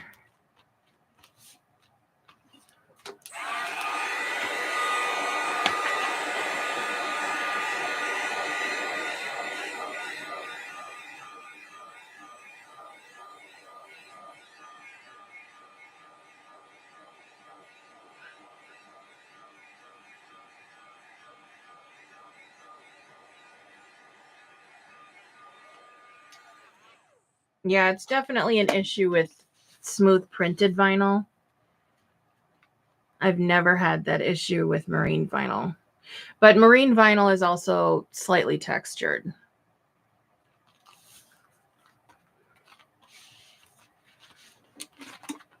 All right.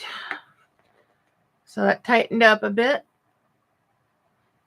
I might try again later, but since it's going to be turned once, I don't want to mess with it too much right now.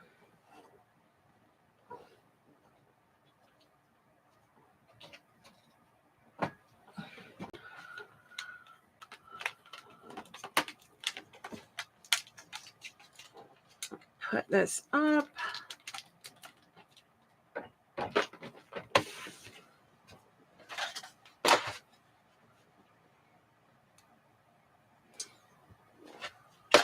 Nope, I lied. I have to put the corner rivets in.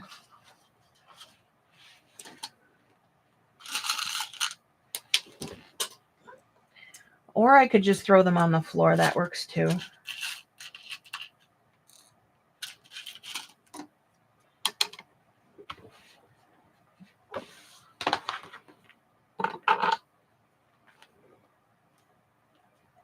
Actually, since this is a tight corner, I'm going to use my awl.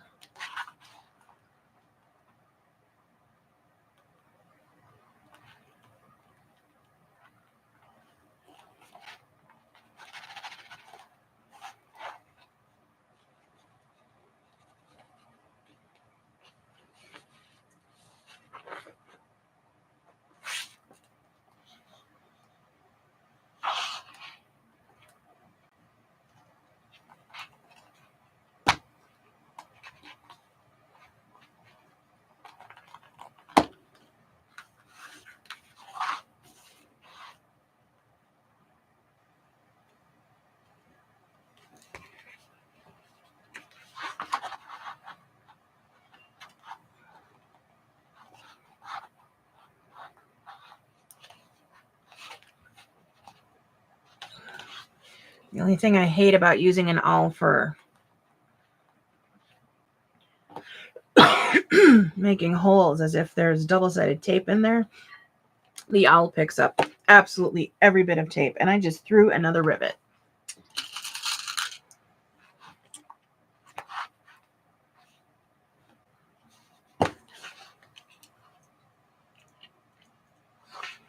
Oh, one sec.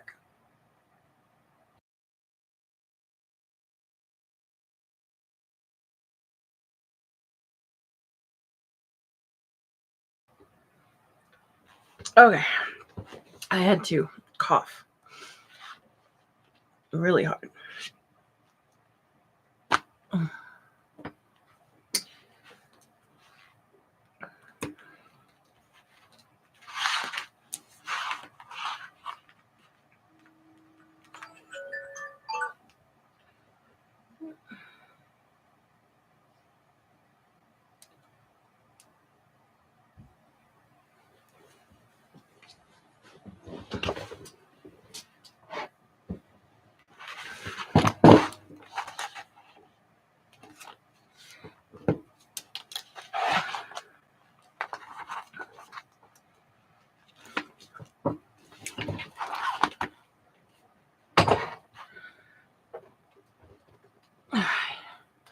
Before I go any further, I just want to make sure these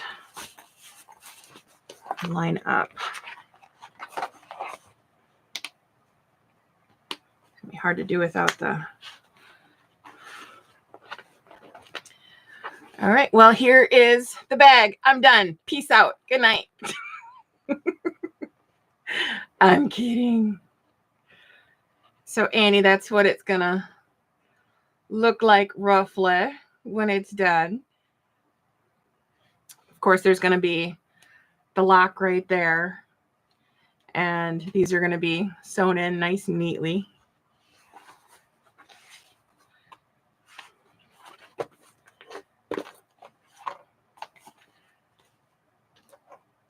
I like it. I like it a lot.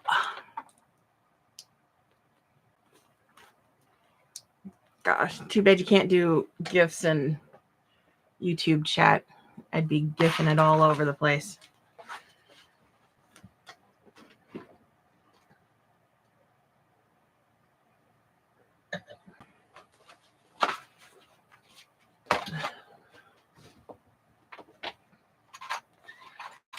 All right.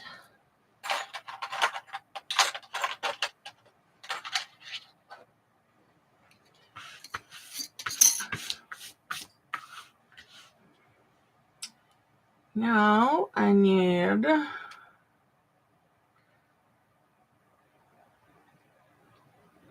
where'd you go? Here.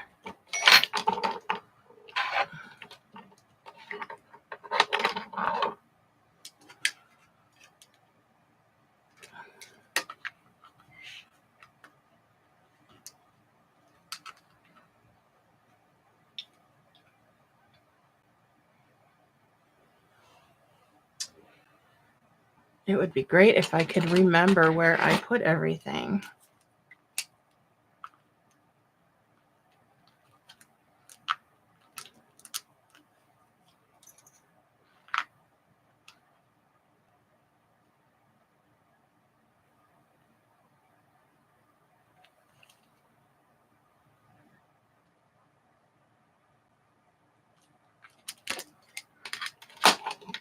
I used to keep my silver ink pen on my machine top down, but these pens leak a lot. So now I cap it and set it aside, and then I lose it.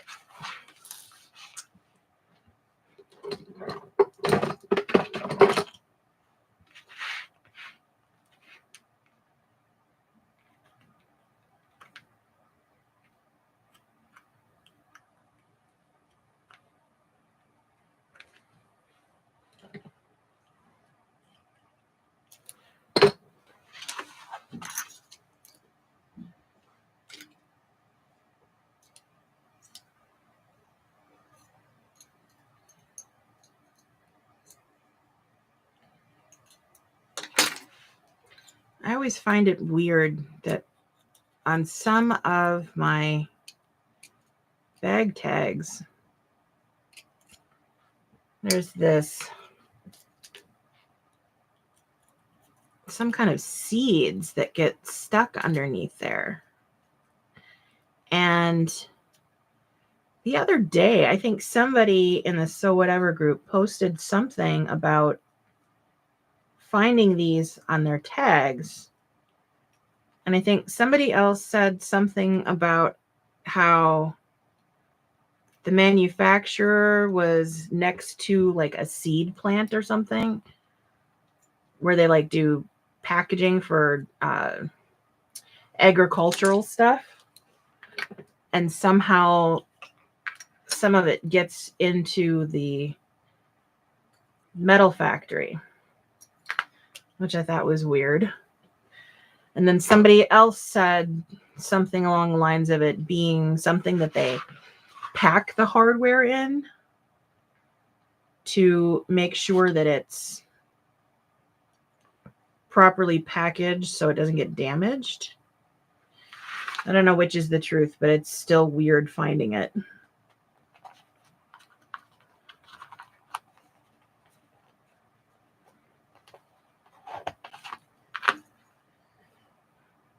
Okay.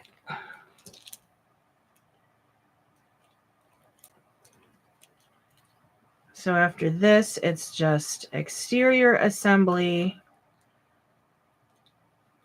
2 pockets, and then lining assembly.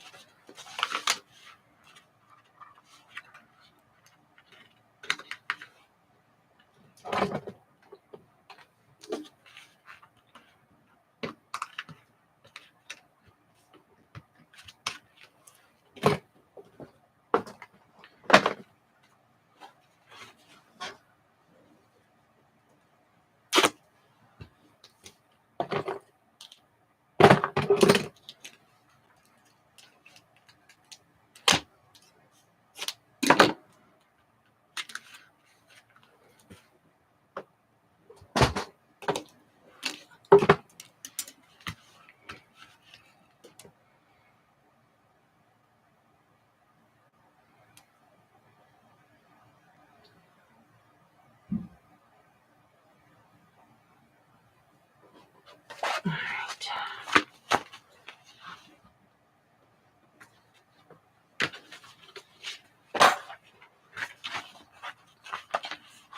right.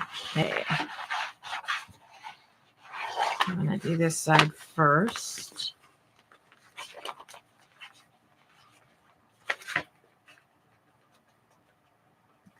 So now for these, they do normally line up properly, but I had a very short cut of this left. So I ended up having to eliminate about 1/4 of an inch off of the top and bottom from the seam allowance. But otherwise, it all is the right size. So just in case it looks a little funky. After construction, it won't.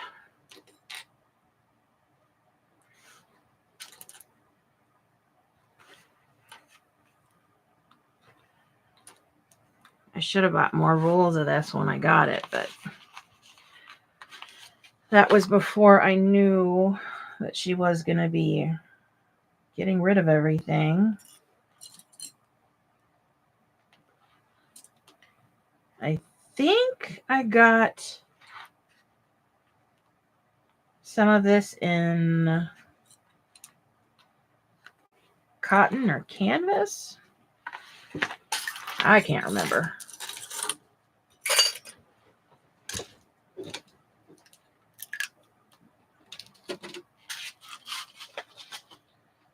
I'll have to go through and check. I know I took pictures of everything because I'm planning on putting all of my fabric and vinyl options on my website for customs. I just have not gotten around to it yet.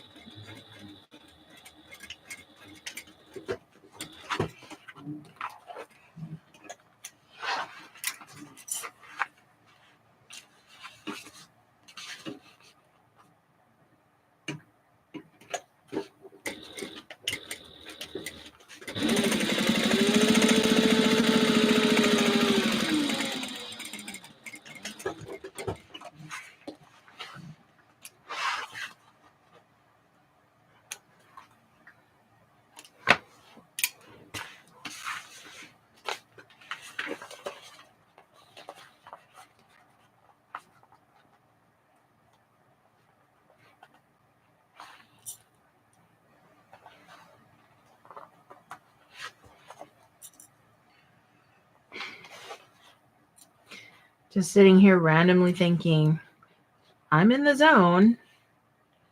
And then I got the AutoZone theme song stuck in my head. Get in the zone, AutoZone. Idle minds.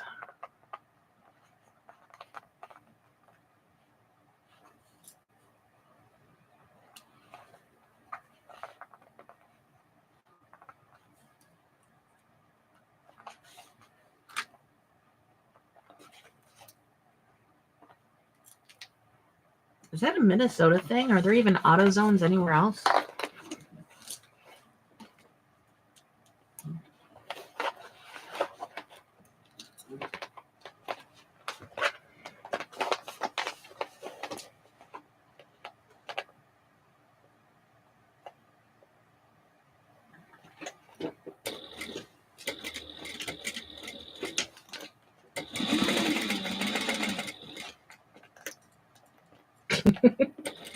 Well, I didn't know.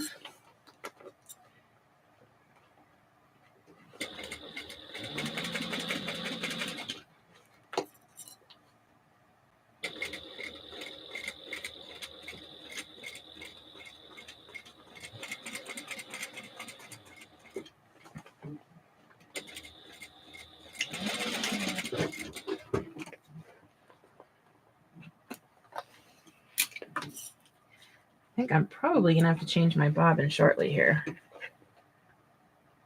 I haven't even been listening to it.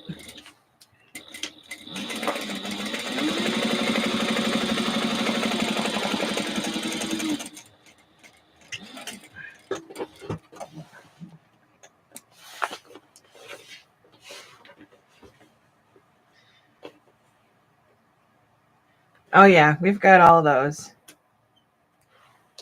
Although CarQuest, I'm not sure about that one.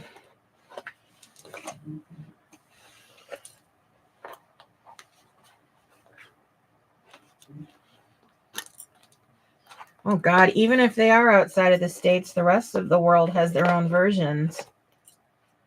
Like here, you remember when like nobody wanted to shop at Kmart because Kmart, they nicknamed it like Came Apart. Because it was like, it was the Walmart of department stores back then, but now Walmart's the Walmart of department stores, but more people shop at Walmart. From what I've heard, at least the Kmart's in, what was it, Australia, are apparently pretty awesome. Nothing like the ones here. And now they're so rare. I think there's only like a very small handful left in the States.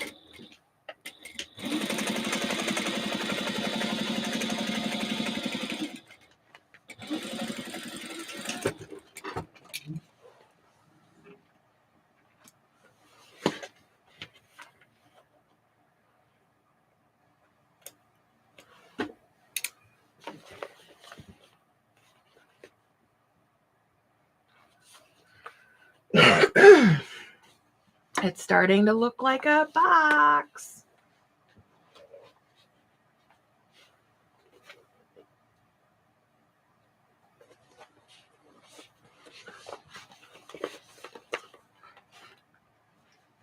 I used to shop there all the time because working my 9-to-5, that was about all I could afford for stuff. I would get bedding there, I'd get cheap furniture,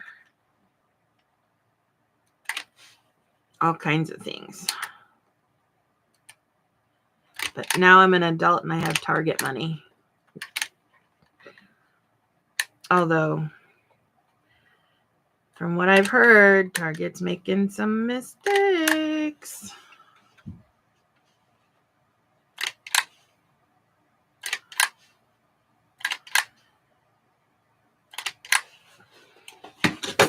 Which is pretty disappointing, seeing as how this is Target's original stomping grounds here.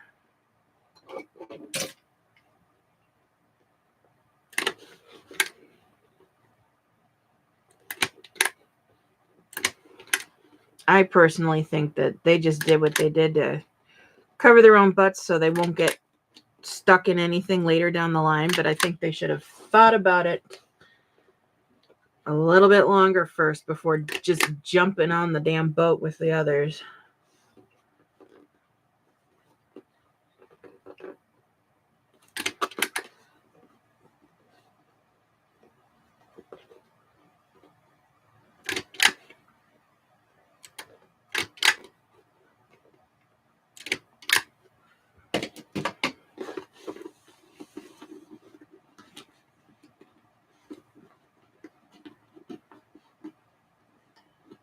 All right, so here is where it's going to be just slightly tricky because I have to pull this up by a 1/4 of an inch and probably fill my staples.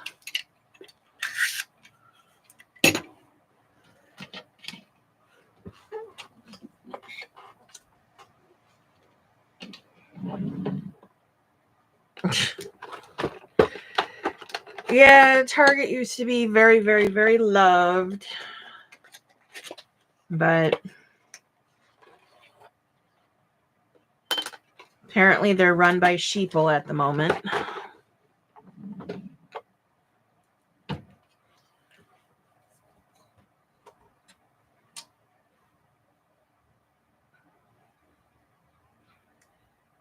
You mean like a skirted swimsuit kind of a thing? Because those existed before, but just for swimming. It was like essentially swimming underwear with a skirt on it.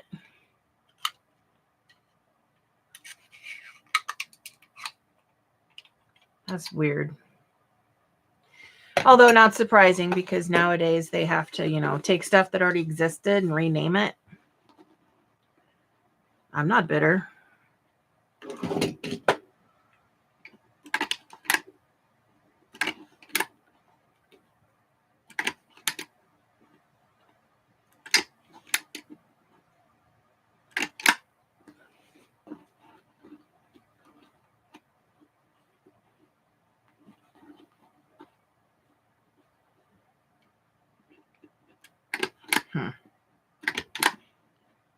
Well, I know I won't be buying it.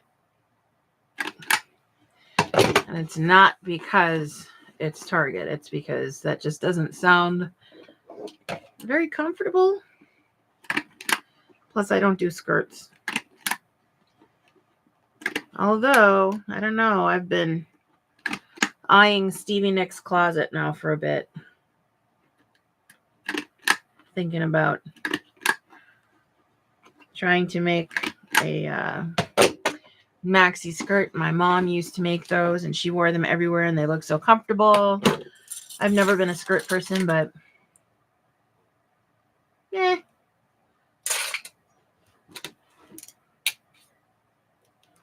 I bet.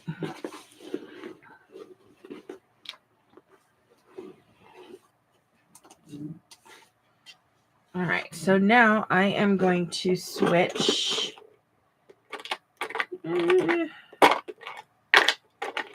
to my zipper foot just in case, because I want to get nice and tight up there by the stabilizer. Let me check my bobbin first.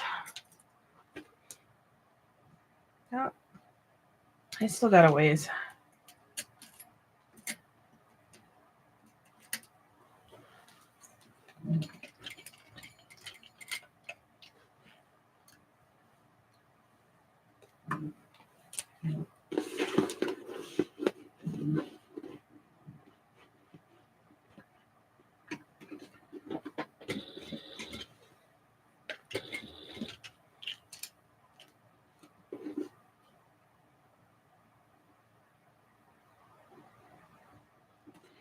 Yeah, it would have to be one of those big flowy ones, definitely. Because on the very, very, very, very rare occasion that I actually would wear a skirt, I wouldn't want it to be confining.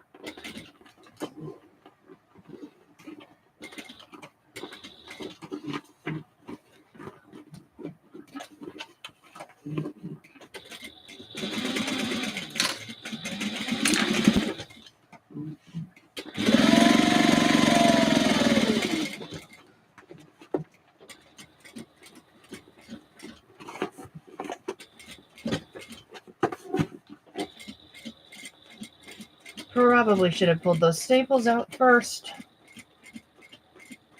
because they're so close to the seam allowance since I had to trim the sides down.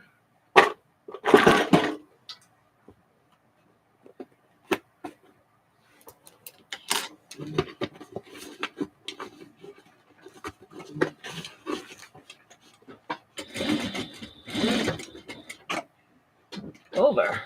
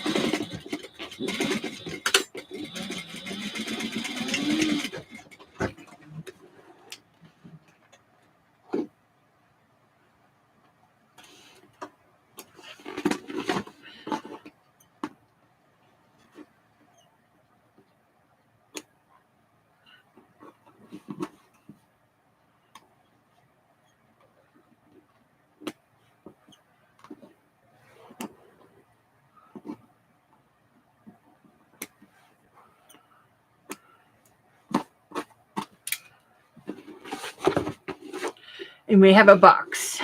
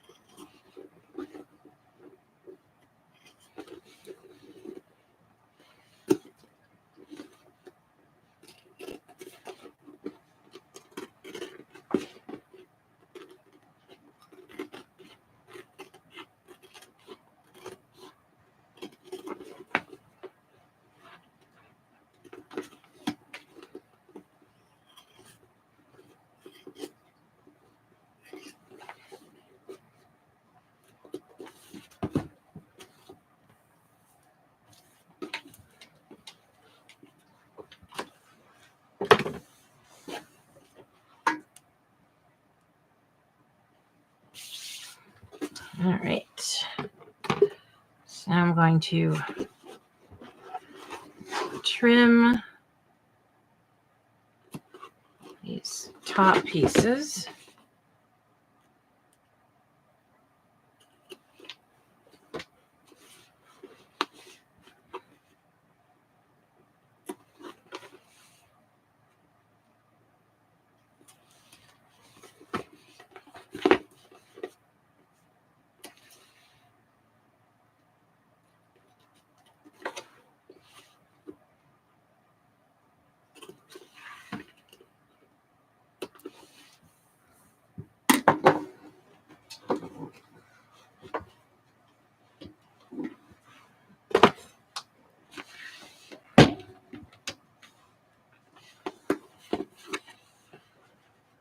we're going to steam it again.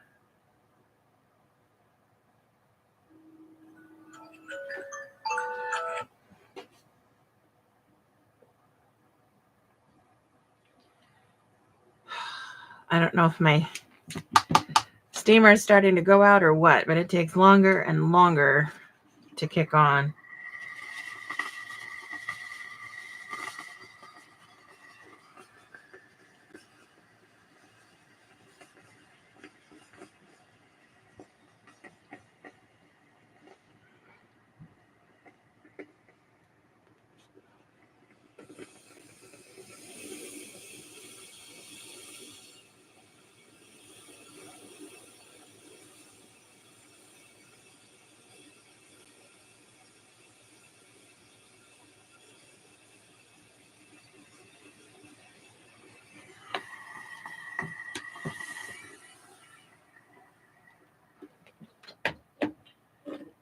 All right, now we'll turn it.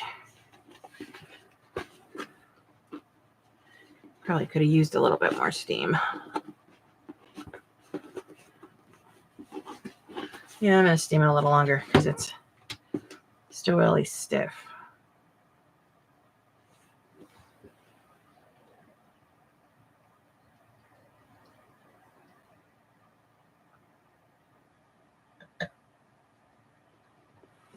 Oh, come on. You were just on.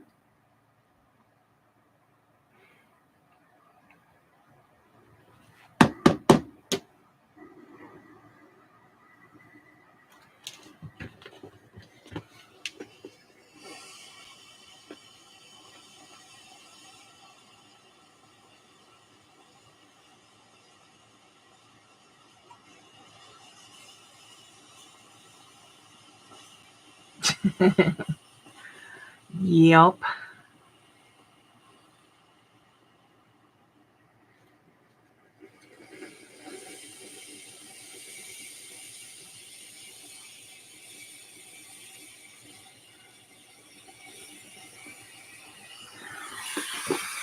I'll steam the bottom directly too. That'll help a little bit.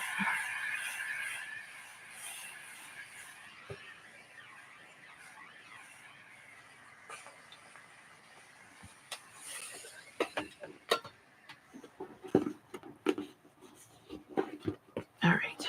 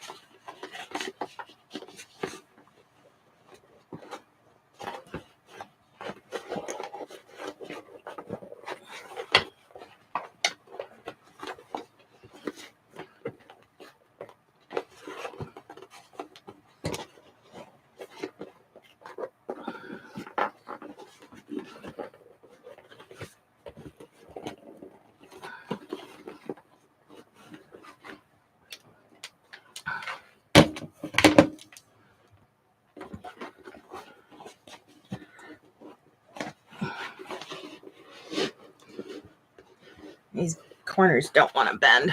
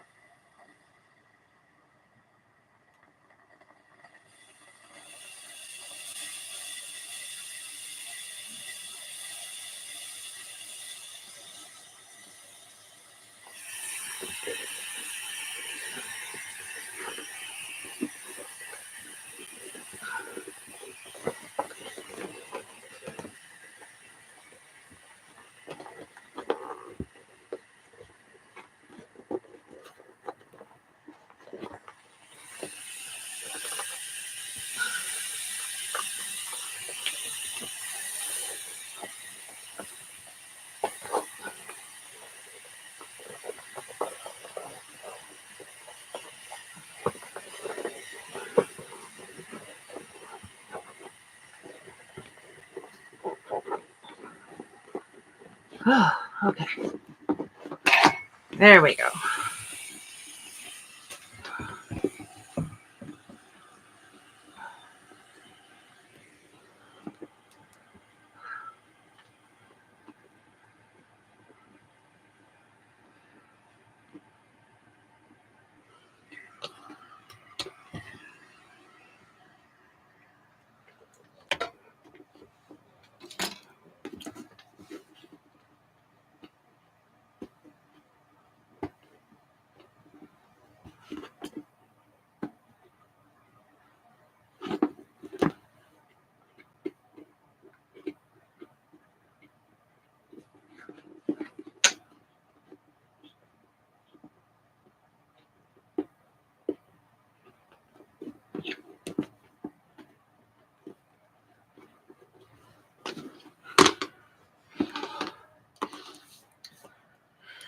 There we go. So the hardest part is done. Still gonna have to shrink this pocket a little bit. But there's the main part. Now I just need to add the flap.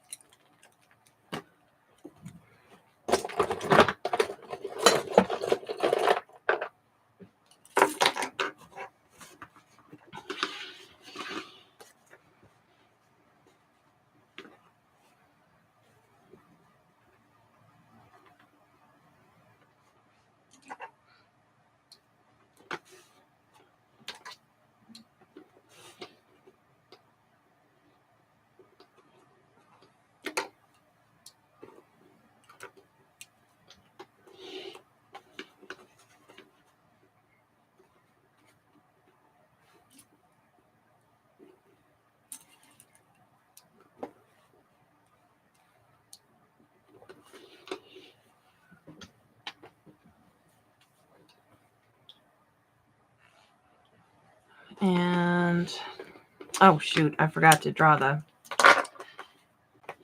1/2 inch line. Might help.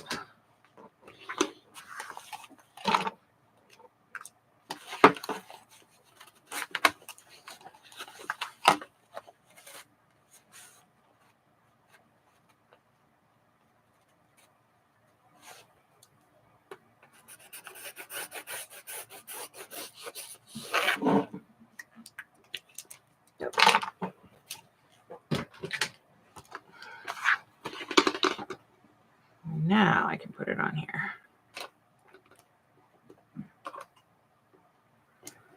Sounds like somebody's still awake upstairs.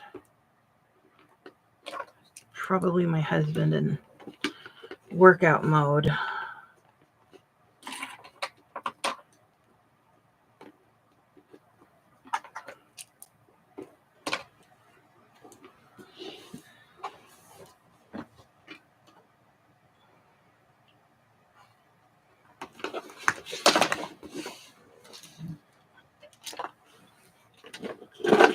I can switch back to a regular foot. The thread's getting curly now, so I know I need to change it soon.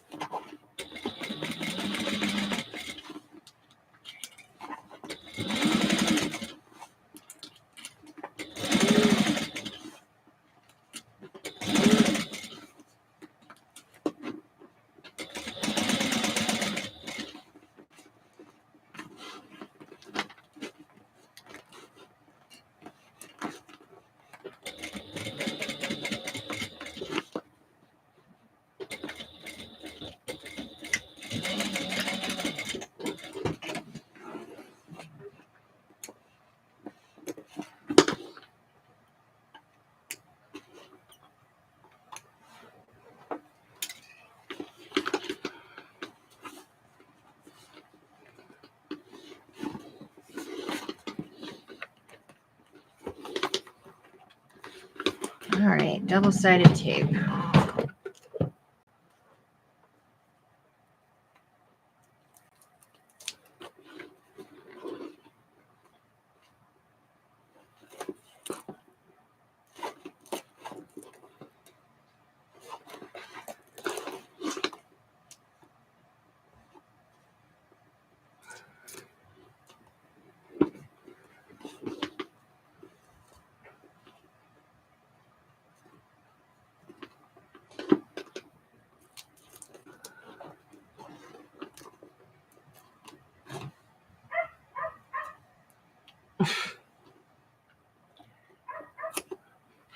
I guess the dogs are going outside.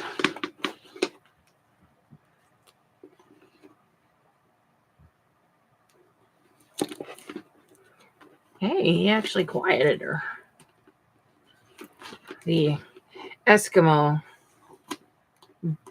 starts frantically barking anytime my husband gets near an exterior door. I don't know why. She doesn't do that to me. She's obsessed with him, though. Which is fine. Doesn't make me feel bad. Just means she's not shadowing me around the house.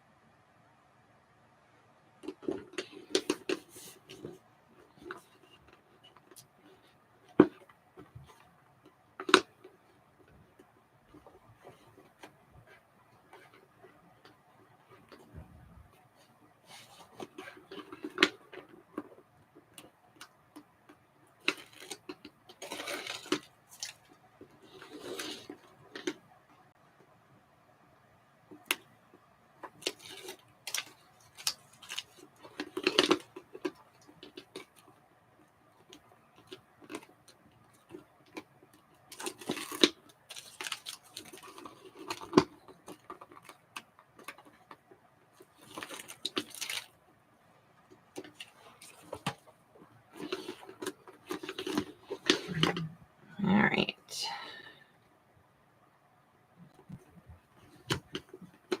Let me make sure I've got this marked properly. Is that 1/2 inch or 1 inch? That's a 1/2 inch. So I put the line up too high. Of course I did.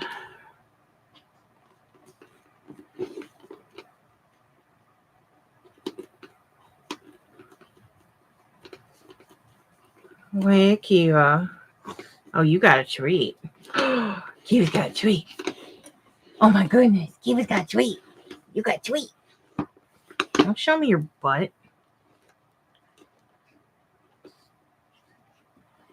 Yeah, I see. You got a treat. And you're happy. Hello, Colin.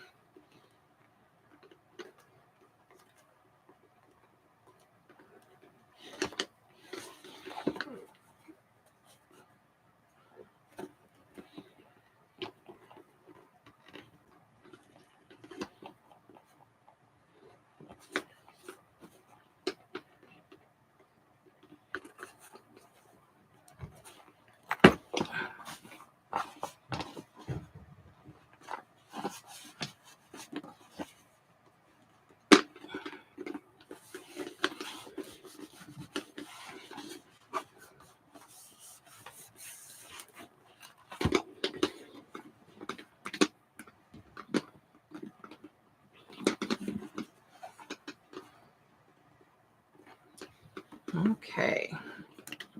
So that's closer to what it's going to look like.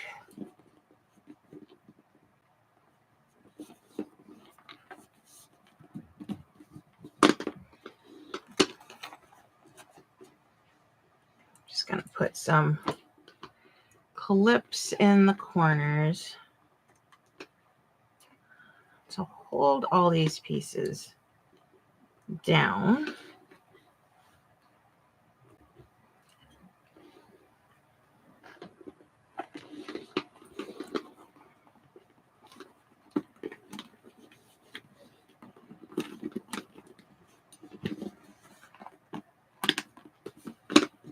There, now the magnets are holding it.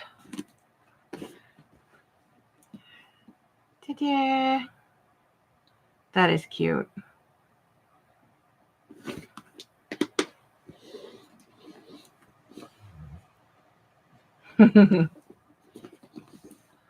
Isn't it? I do need to do more live sewing videos. I just oftentimes forget to turn the camera on, so maybe doing it live would help. All right, so I'm going to set this aside, and now let's see. I've been going for 2.5 hours. Should I do the lining now, or should I do it tomorrow? Up to you guys. I don't want anybody falling asleep on me.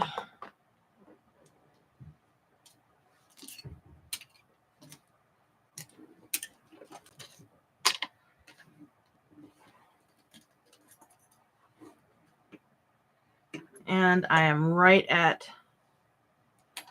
the tail end of my bobbin. Nice.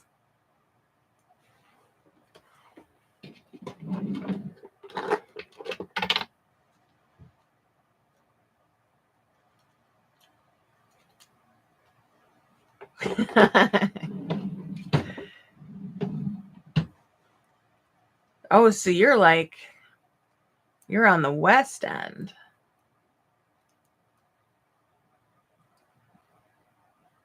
Because it's 10:48 here.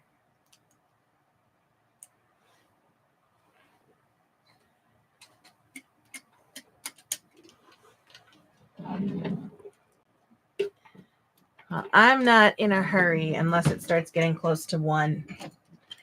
Because then, if I don't go to bed at 1, I won't get a chance to listen to my audiobook. And I'll be grumpy.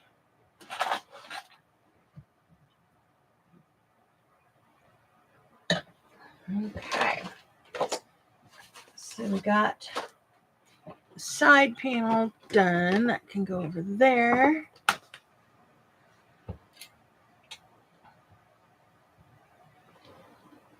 Let's see here. We need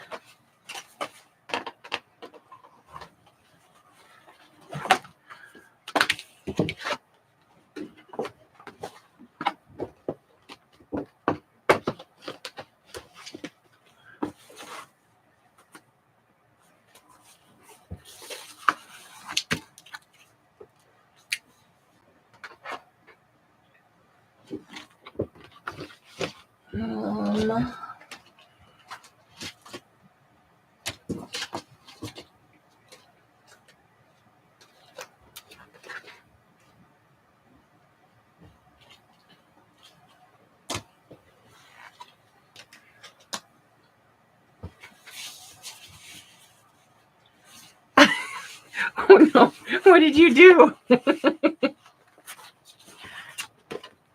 Oops.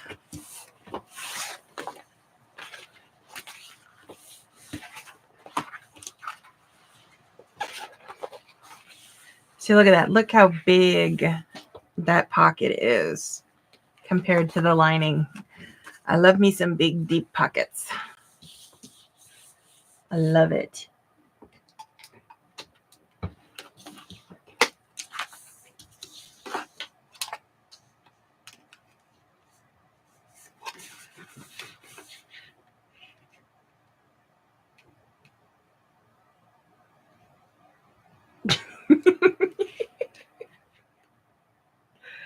You know what? I think we've all done that. Everybody's allowed to. Especially when there's distractions.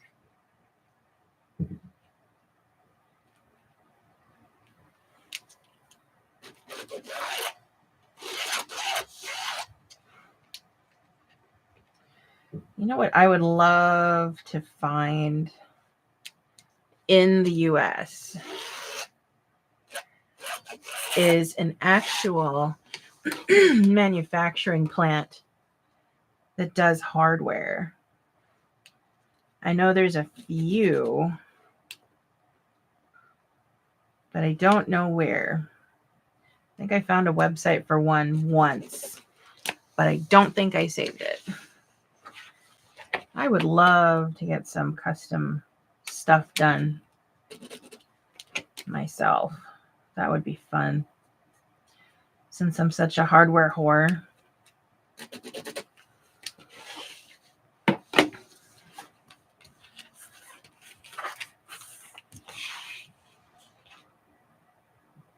That might be a good idea. That might be a good idea.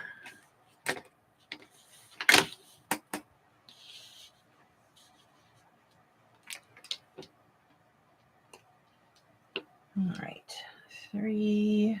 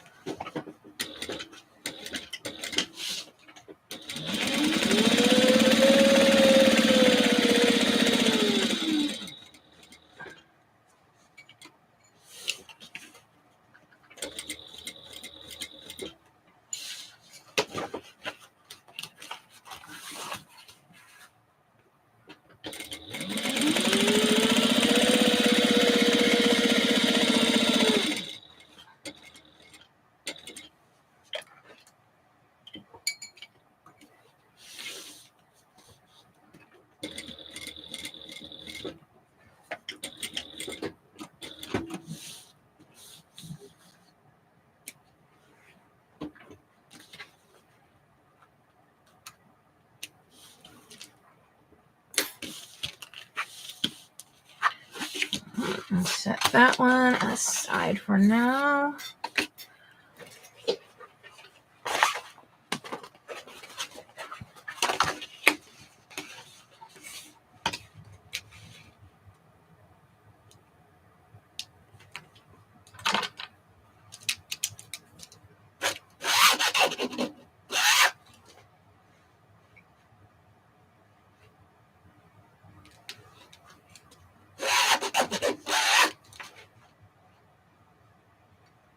I really do not like that sound.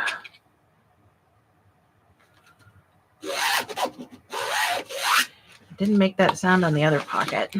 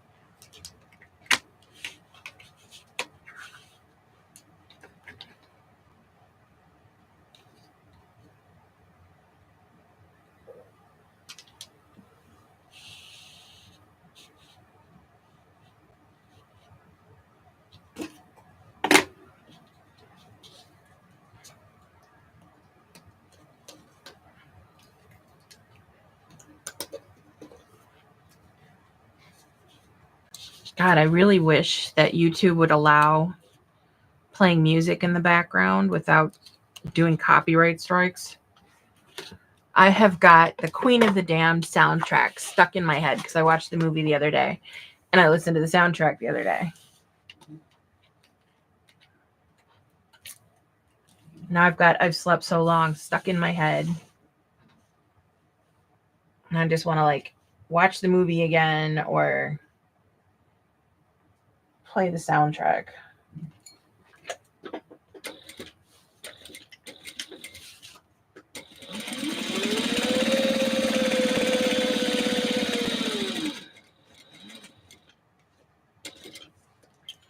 They had to work in conjunction with like Spotify. One monthly fee lets you use any music that you save to your playlists on YouTube.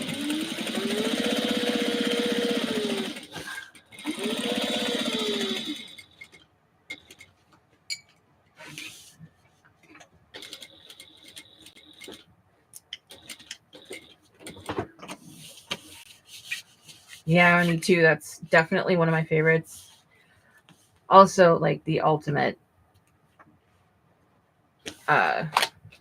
soundtrack, in my opinion. Best soundtrack in a movie ever. I may be biased. I don't know. Got a little bit of an obsession with Korn and the fact that Jonathan Davis was in charge of like pretty much the entire soundtrack. Just makes it all that much better.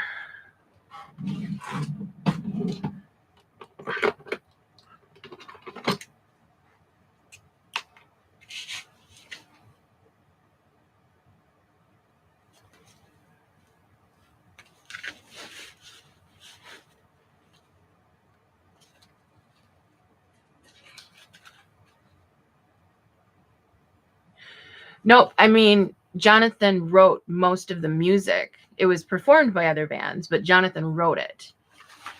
There was a handful of songs that were not written by him that were other people. But like David Draymond sang one of his songs. What's his name? The guy from Orgy is the one that did Slept So Long, and I can't remember everybody that did it, but there was, I mean, a lot of prime musicians that sang the soundtrack version. Yeah, I know he did the voice of Lestats singing.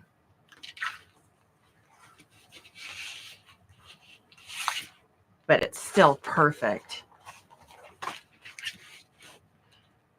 I always chuckle though whenever I watch the movie, seeing him over in the crowd trying to get her to buy tickets. That's too damn funny.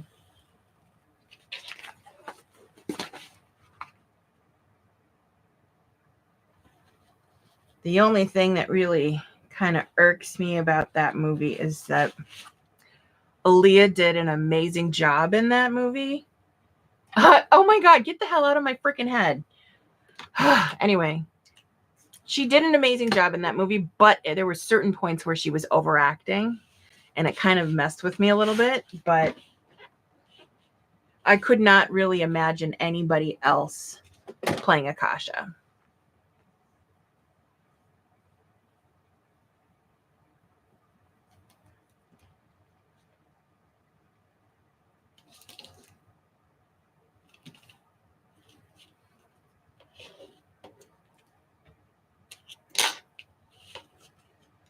She was definitely gone way before her time.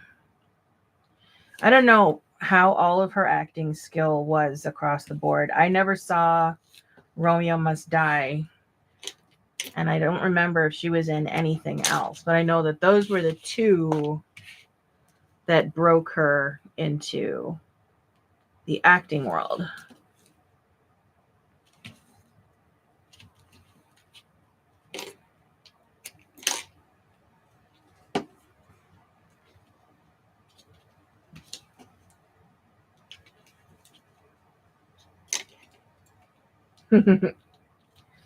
And her accent wasn't very solid either.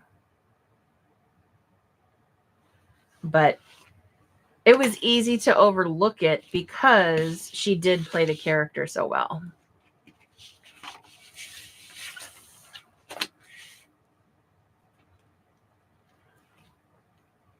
Now, here's a question for you. Did you prefer Lestat, Queen of the Damned, or Lestat, Interview with a Vampire?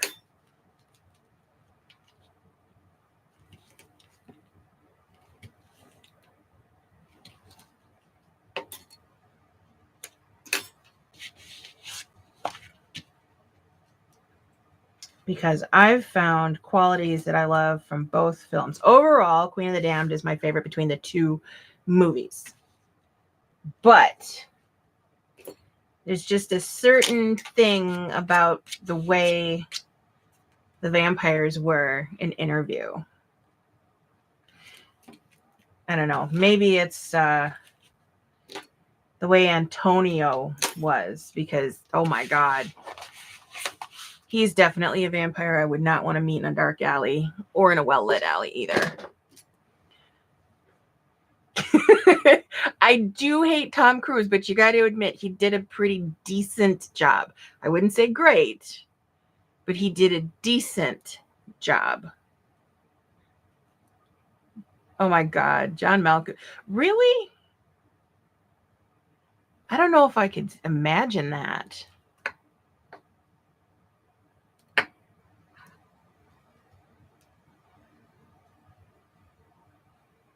Yeah, probably.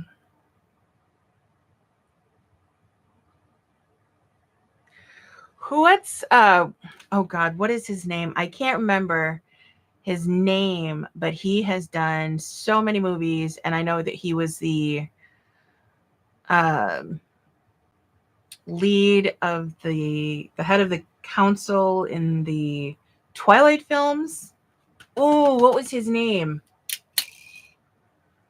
Hold on, I gotta pull it up.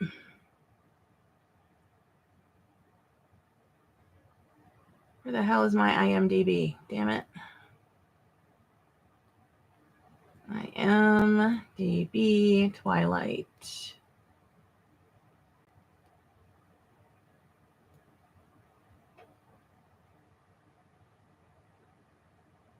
No, he wasn't in Twilight, right? He came in New Moon, right? No.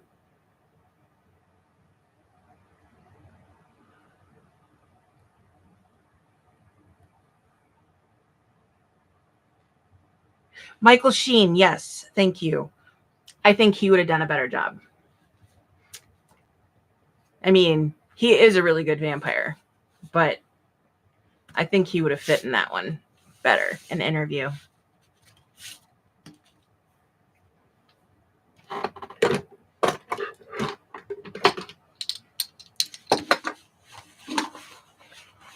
He did. He really did. And there's another really good actor in that one too. The really tall guy. He's a character actor. Can't remember his name, but he does really good too.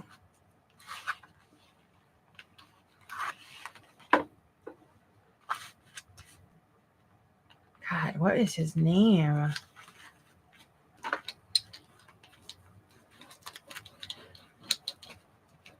I mean, there are so many people that could have been cast instead. If you could replace Tom Cruise with literally anybody,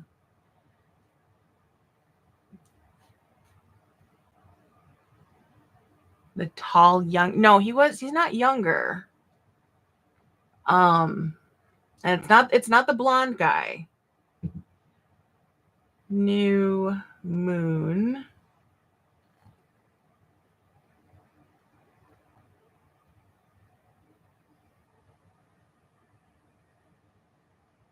Ugh.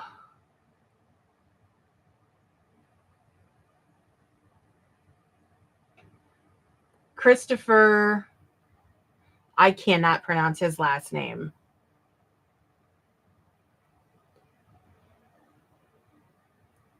But he was in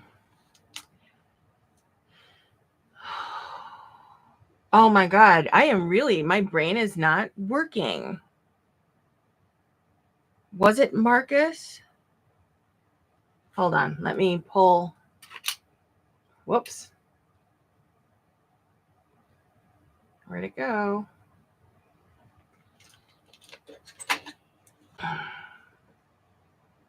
Pull up the picture. Him. He's done a lot of stuff.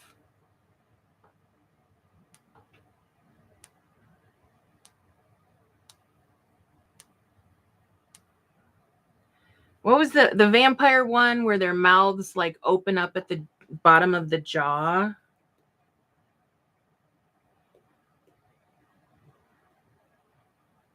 Ugh.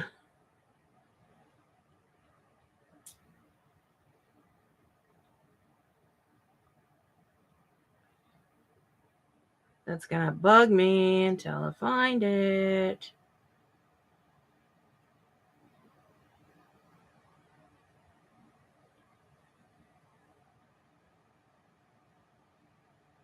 It was a series that only had like 4 or 5 seasons.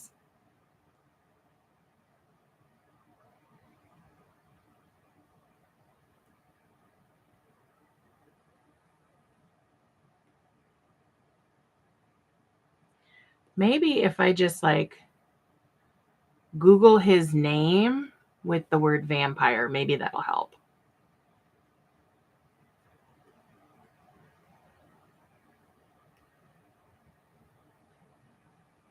Sam was the name of his character. Oh crap, he was in True Blood too. I didn't even realize that.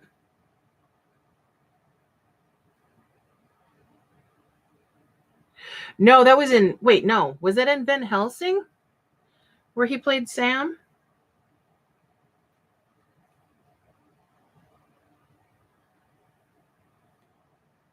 Yeah. No. Which one? Yeah. Jeez.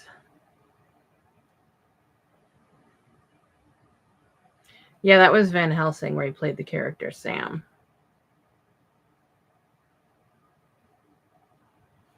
That one was a good one. He's done a lot of really good films. Yeah. There he was in New Moon. Yeah, he did play Marcus. Okay, you were right. God, that tablet's dirty.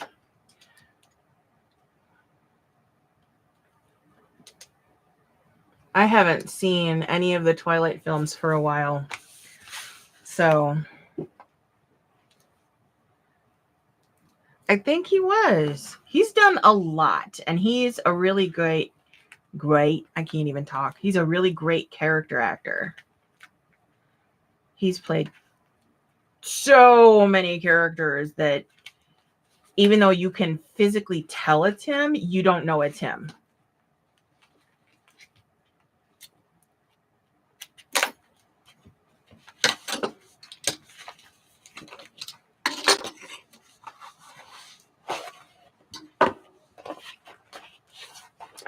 He has done a lot. I think he would have been good.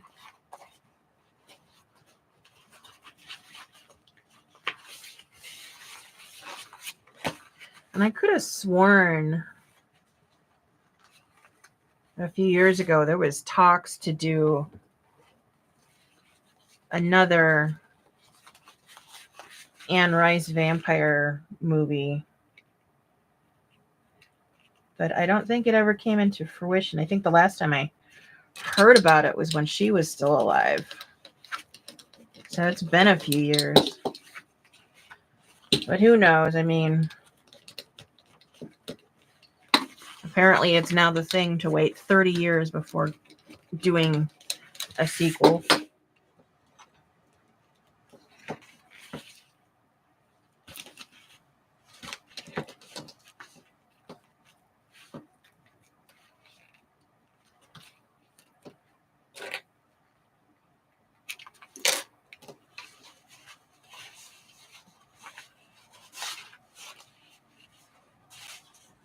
There is?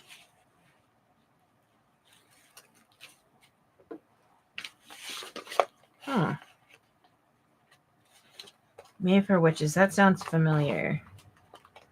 Hello, Colin. Hi.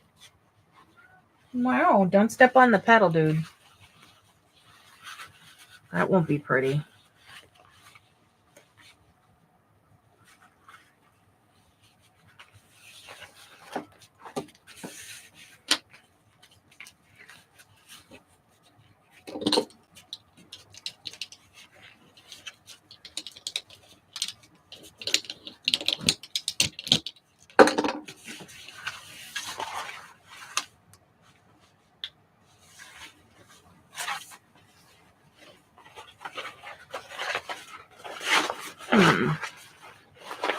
Yeah, I don't have Cinemax. I'd have to look it up and see if I couldn't find it somewhere.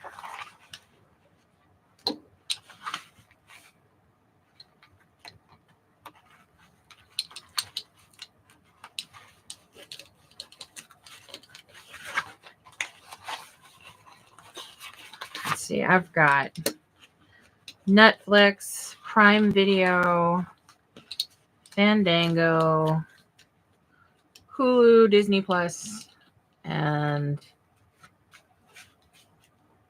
possibly Paramount Plus. Or it might be HBO. I don't remember. Those ones I don't watch. I typically stick to Netflix, Prime, Hulu, and YouTube for all of my watching needs. I've become obsessed with all those Karen stories and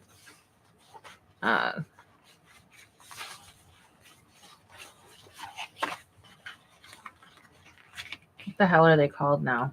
I brain fart so freaking late. Homeowners Association ones.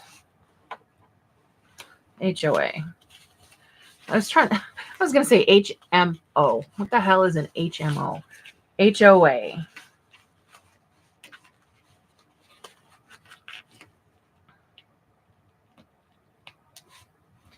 And then on Netflix, I tend to watch a lot of the Korean and Japanese horror stuff because they're good at it.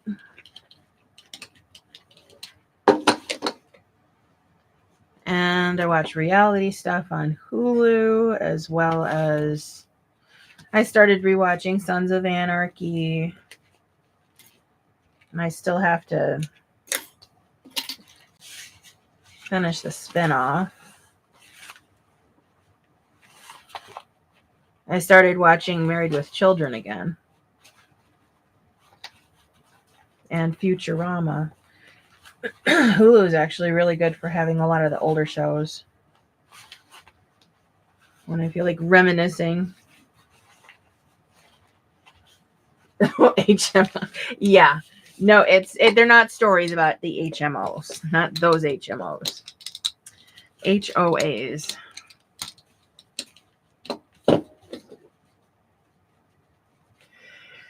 Yeah, the Interview with the Vampire series, I have absolutely zero desire to watch that.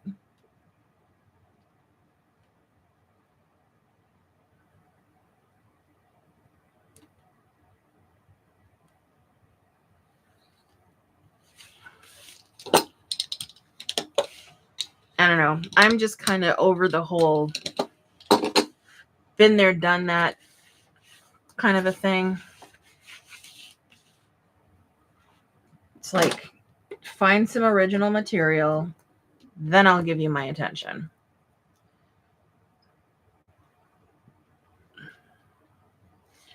Although I am getting excited for a new Gremlins movie.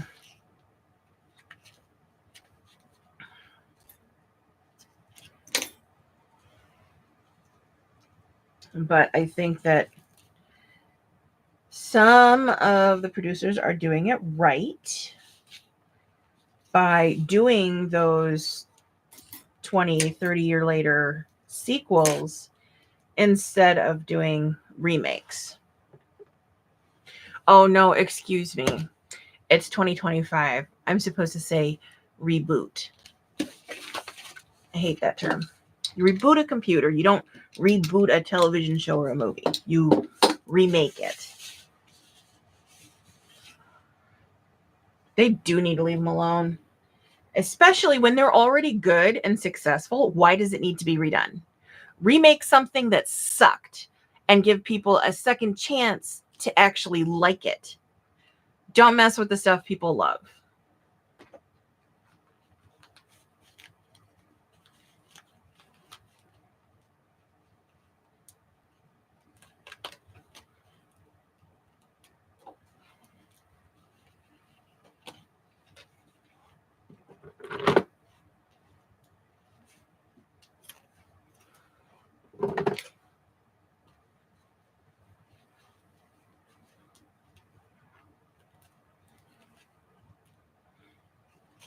Yeah, Mayans, that's the one I was watching. I loved Gremlins. I thought Gremlins 2 was freaking hilarious because of how many different personalities they came out with. But I absolutely loved Gremlins. It is one of my favorite Christmas movies.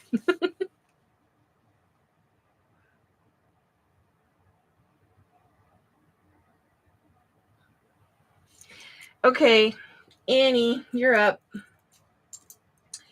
Do you want Morticia or Orb Weaver on the inside zipper pocket?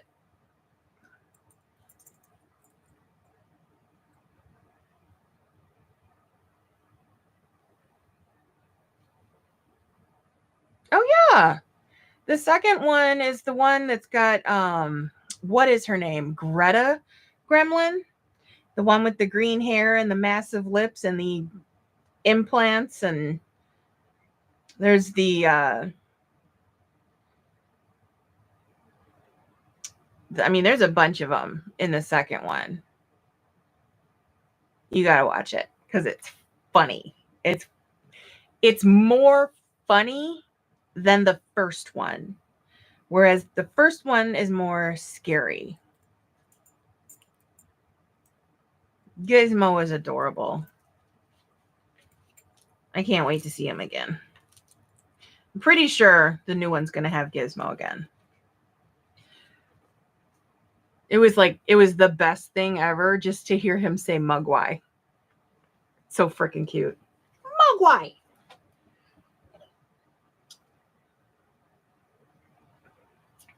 You got it.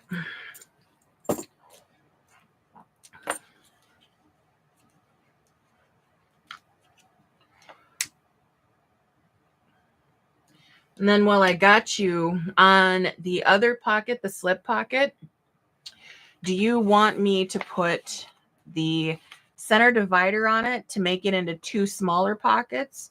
Or do you just want me to leave it open as one big one?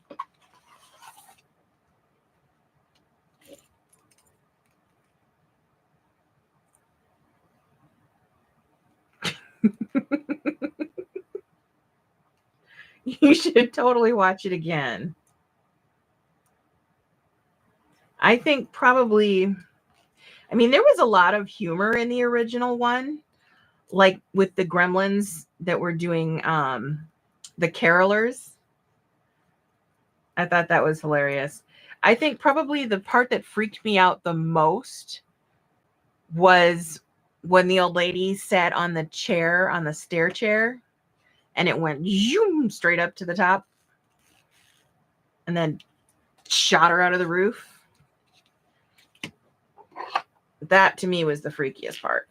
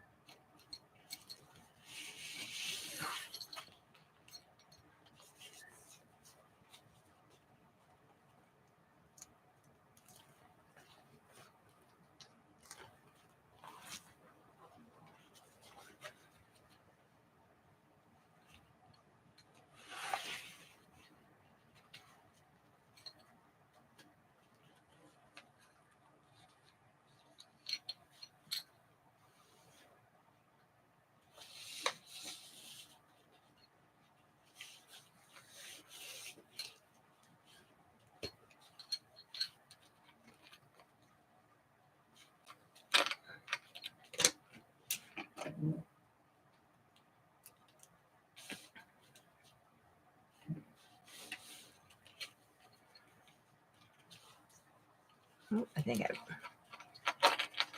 did this the way that I used to do them. I need to turn it around.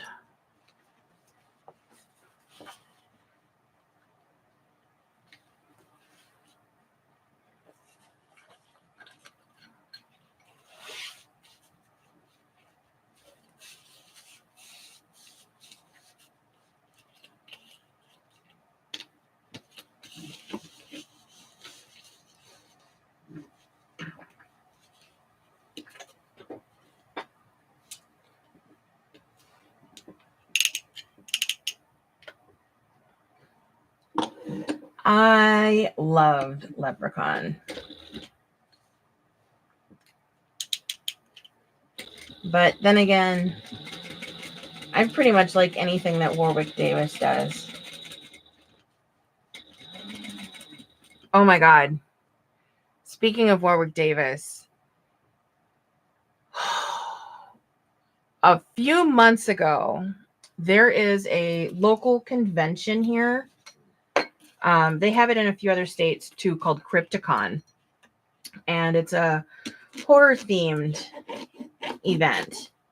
And on the Minneapolis Crypticon Facebook group, one day they said, if you could have any actor or any celebrity come to Crypticon 2025, who would it be? And everybody was naming like all of these B movie actors and, you know, people that they thought actually had a chance of showing up.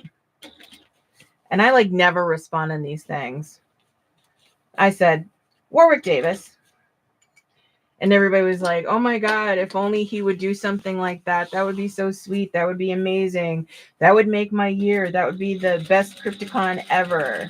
Like, everybody was totally down with it. A few weeks ago, Crypticon posts that they will be having Warwick Davis along with several of his co-stars from Willow coming to Crypticon this September. And now I'm torn because do I go and bask in the vicinity of one of my favorite actors, or do I stay home and whine about my FOMO? I mean, honestly, there's a plus side to both.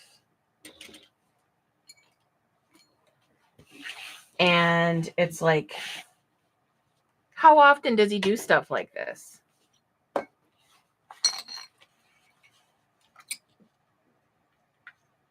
I thought it was absolutely amazing. And I'm just like sitting there, just like, oh my God. I was the one that said I wanted him to come there.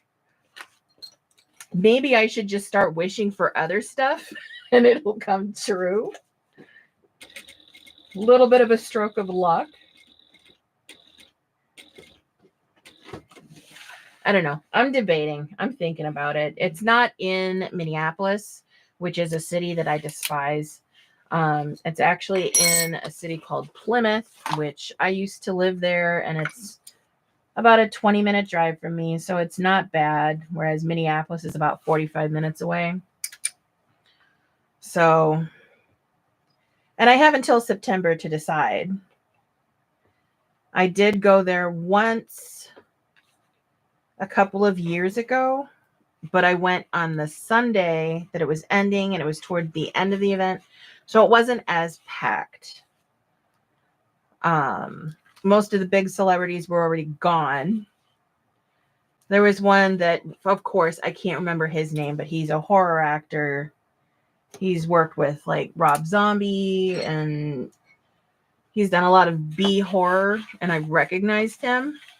He was like 30 feet away from me, and I had my daughter with me. I was like, oh, he was in this movie and this movie and this movie. Of course, none of them she's ever heard of because they're all before her time, but I thought that was pretty cool, but I'd probably wet myself if I walk in the room and Warwick Davis was sitting there. Don't you dare tell me that I have to leave my house. Honestly, I have always loved his work. I even had a little mini crush on him when I don't know how old I was, but when Willow was out. Because I just really liked his character. I've kind of sort of followed his career, not seriously, but man, I was freaking excited when I heard that they were doing a Willow TV show. But then I was slightly disappointed because the actors that they had playing all of the younger characters were all the epitome of everything I hate about modern youth. They were really obnoxious and they ruined the show for me. But it was cool seeing a good chunk of the original cast. Thought it was a little weird seeing Christian Slater in there. And I wish they could have found a way to bring Val Kilmer back, but with him not being able to talk, that was pretty much impossible.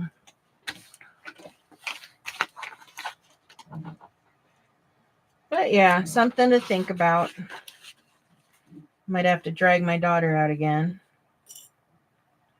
She probably won't like it because she's not a horror fanatic. As a matter of fact, the scariest thing she's seen is Five Nights at Freddy's. That's also literally the only scary movie she's ever seen. She's just not into anything creepy, which is weird because she's my kid. She used to be into Monster High, but apparently for her that was a phase. Not for me. I just got my Beetlejuice and Lydia dolls the other day. Second gen though, from Beetlejuice. I need to get my hands on the original set, but I'm not paying $400 freaking for it. I'm just gonna wait till Mattel decides to do a re-release. And I've also got Nightmare Before Christmas, and I've got Morticia and Wednesday Addams. I like the collector dolls.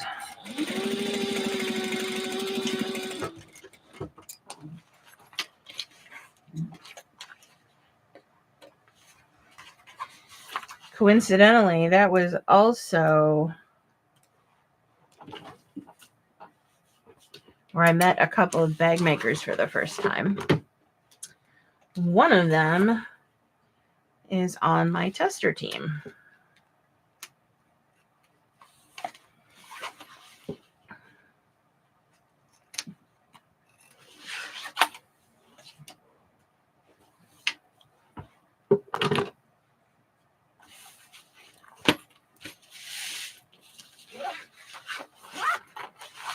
All right, so there's that. Annie, I didn't see. It's showing top chat, so I don't even know if this thing is catching all of the chat. Nope. Annie, I didn't see if you wanted this pocket to be divided or not. Did you want it just to stay as one big open pocket, or do you want it split into two smaller ones?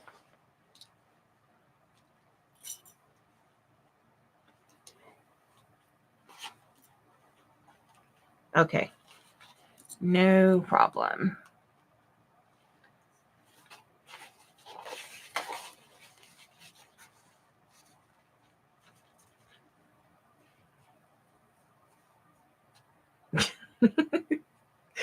It means you got a bunch of cool people in your family. That's what it means.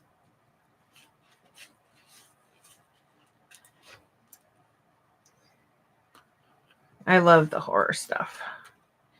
And I think that I've been desensitized to a lot of it, unfortunately, because of things like, well, I'm not going to name them, but let's just say back when I used to work in a couple of video stores, we got all the free rentals we wanted. And sometimes I rented some of the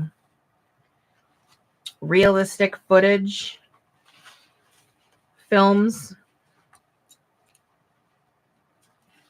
the gory ones. So at a young age of 17, 18, 19, I became very aware of how horrible humanity can be. So it desensitized me a lot to fake horror. But it also made me more paranoid about real people. Yes, that is one of them.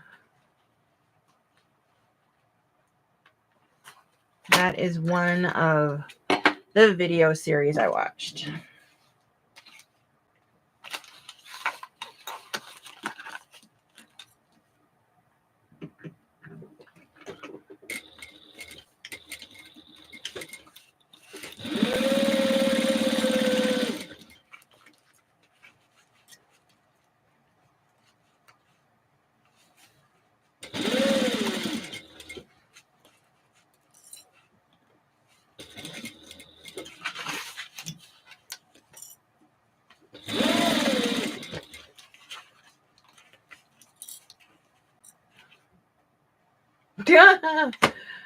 Nobody stopped me. Come on now.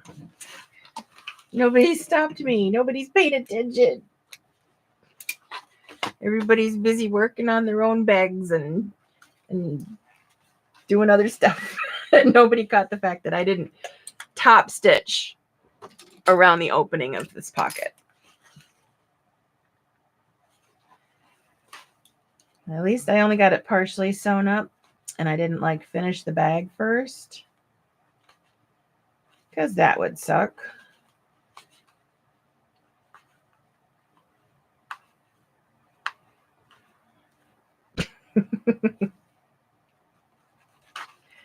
I actually don't mind seam ripping. In fact, I kind of enjoy it. The only part I don't like is the fact that I did mess up and have to go back and redo it. But the art of seam ripping is quite relaxing for me. It's probably one of the things that people hate most about sewing, though.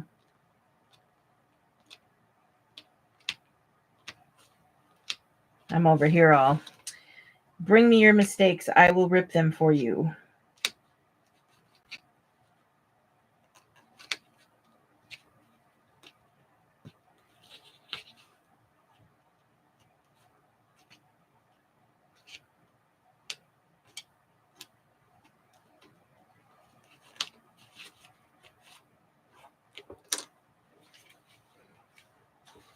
How many have you made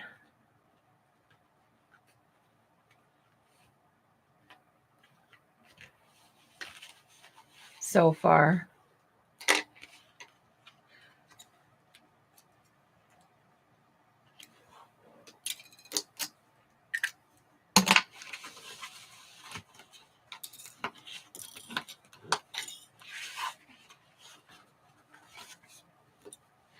Very cool.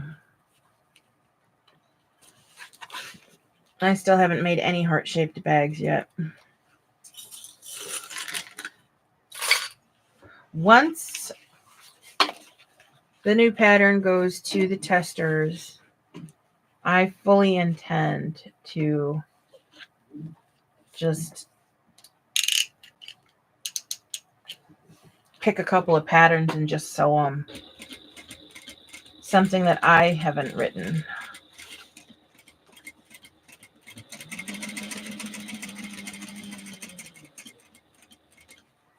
Part of me kind of wants to make the mini Magda,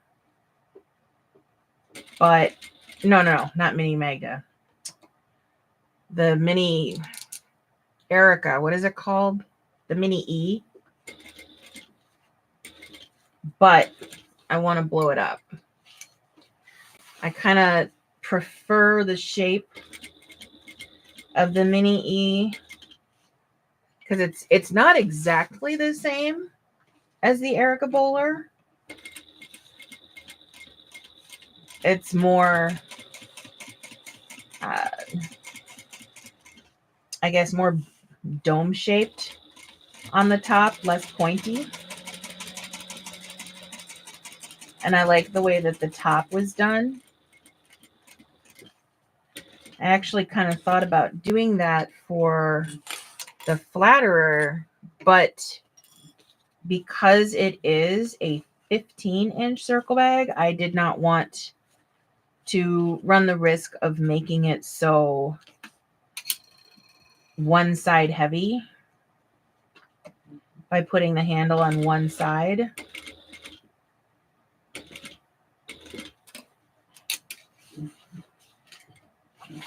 But I was thinking about adding to the pattern a top handle because I did a custom with the top handle and I liked it.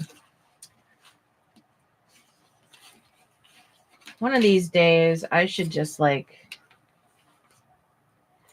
create some kind of a forum for my website so that people can like put in suggestions for features on bags, because almost every single time I do a custom, somebody requests something that I've never done and I end up liking it. Like Miss Annie here did it to me twice. She requested not a spiderweb flap. She wanted the batwing flap with a spiderweb on it.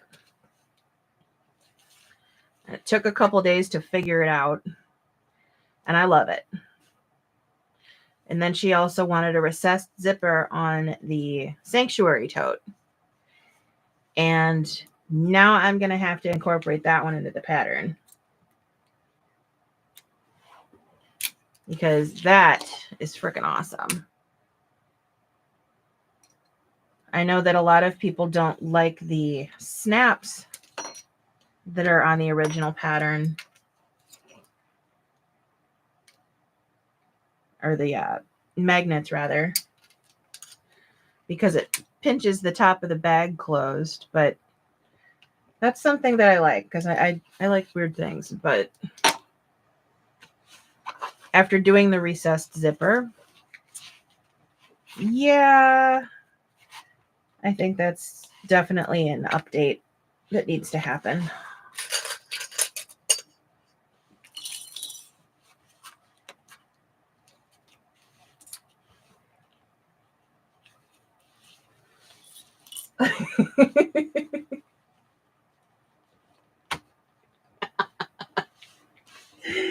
You're supposed to read.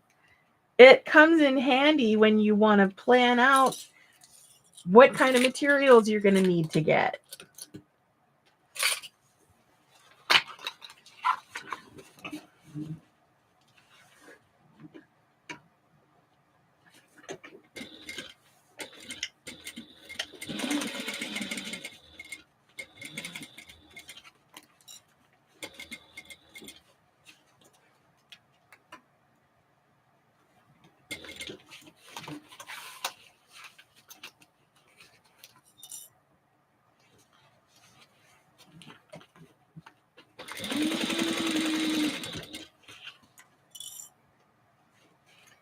Yeah, I still have to make myself a jack-o'-lantern bag with the Flatterer eventually. And that was the whole reason why I even created the pattern, was because I wanted a massive backpack jack-o'-lantern bag. And I still, to this day, have not done it.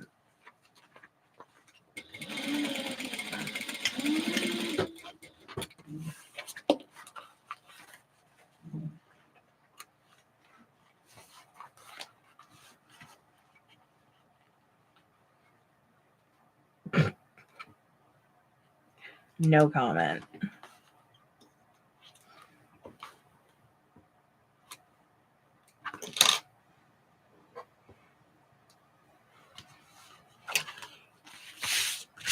All right. There's the pockets.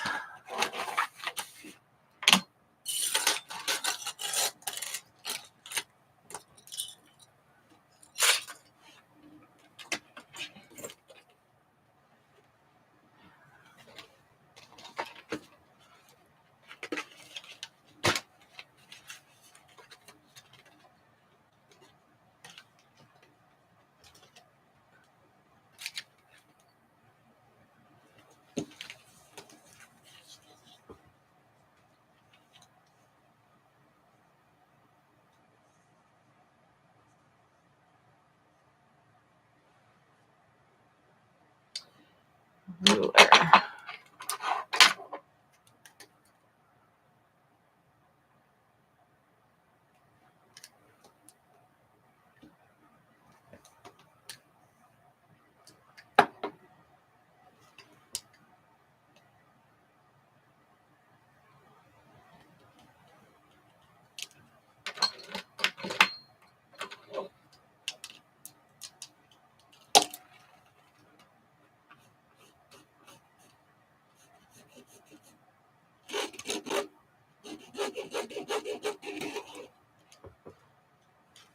All right, 1/2 inch. And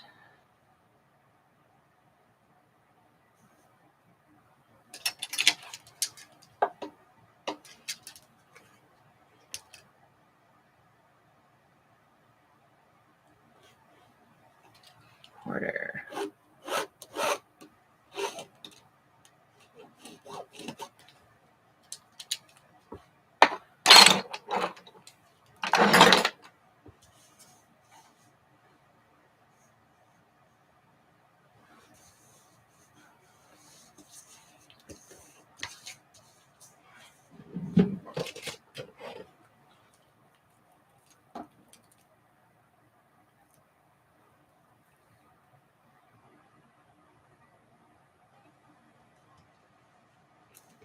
Are there any patterns that have come out recently that you guys are excited to try?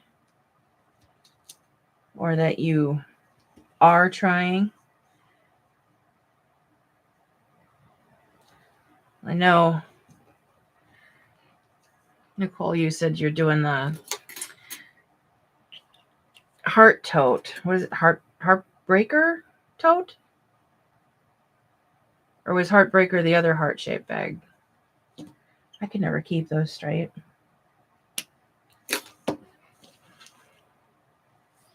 But if you guys tell me everything that's been coming out, I can live vicariously through you since I'm not going to buy anything.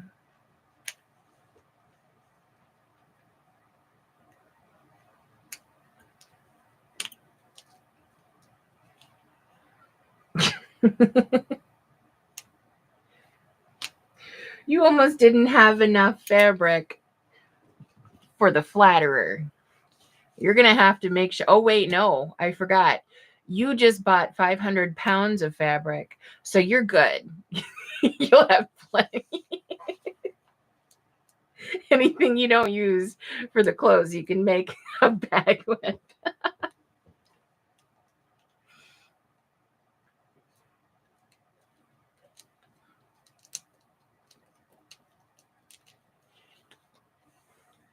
Oh, you're supposed to use headphones.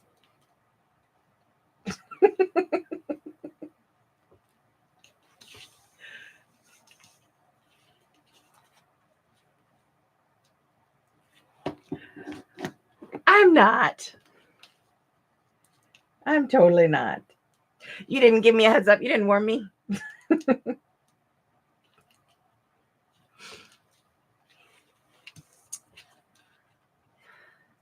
Yeah, I have not purchased the Heartbreaker tote. I think it's cute, but I have hundreds of patterns I haven't even used. It's a lot easier too to put myself on a pattern buying freeze than it is to put myself on a fabric buying freeze. But I love seeing them all over the place.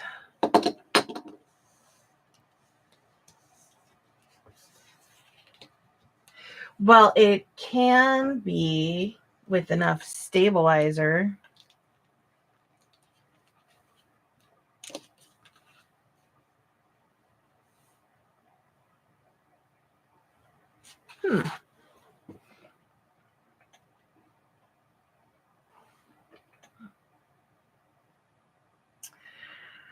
I have a goal of making a minimum of one seesaw this year. I still have not done it. And I have two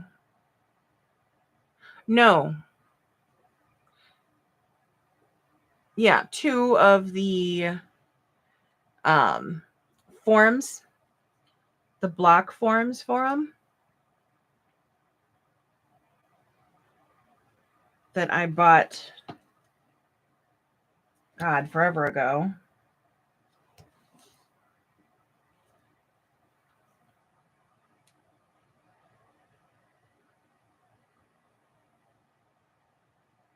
And I just have not gotten around to it. It's such a pretty design. I really want to make it.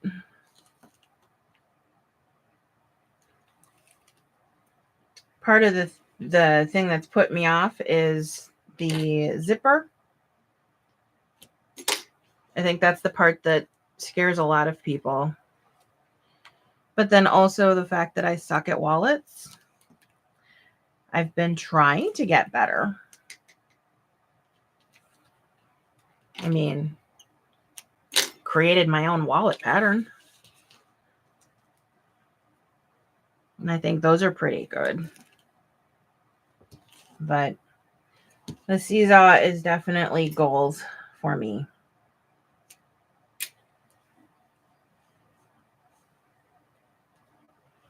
And I have not heard of Traveler's Trifecta.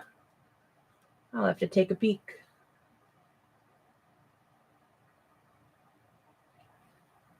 Yeah, everybody who's made one says that it's not that bad, but it still freaks me out. So worried I'm going to ruin it, partially because I still have not made successfully a good Ymir or coffin wallet. I can't remember what size the zipper is supposed to be.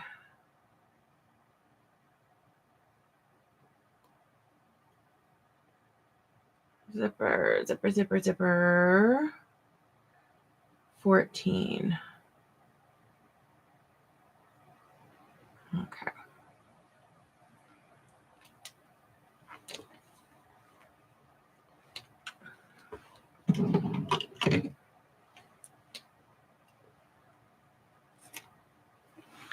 It's definitely not 14, but I don't care.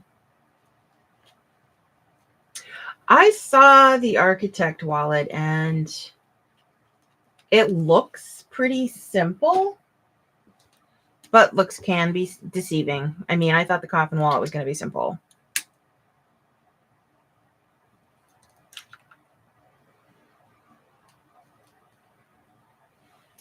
I think the part that gets me the most on the Ymir wallet is having to cut out the around the eyes and everything and then stitch around it.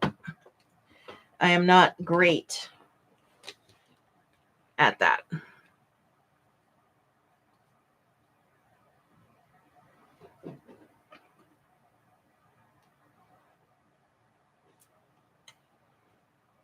Where's a clip?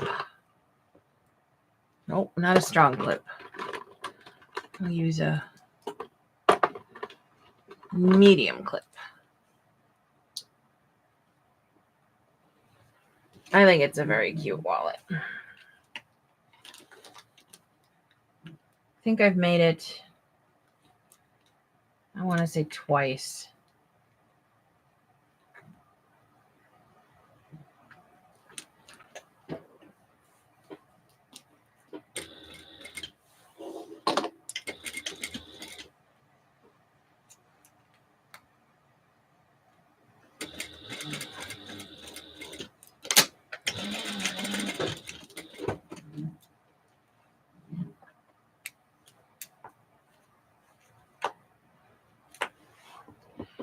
The one wallet that really kicks my ass is the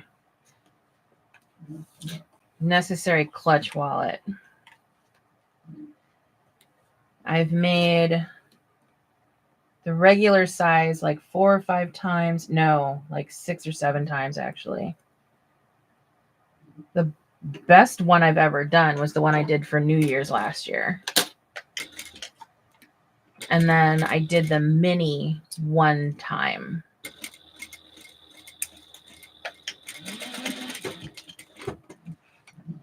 And that one, I just can't get it right.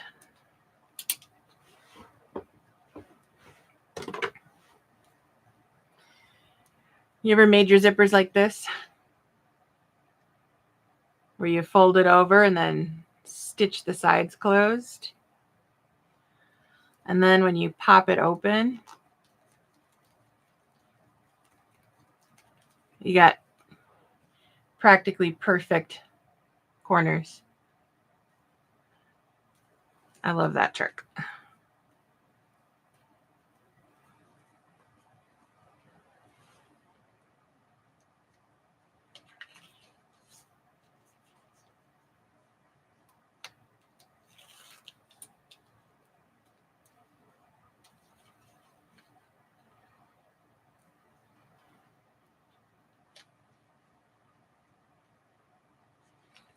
Nope, that's going to be upside down. We need this one.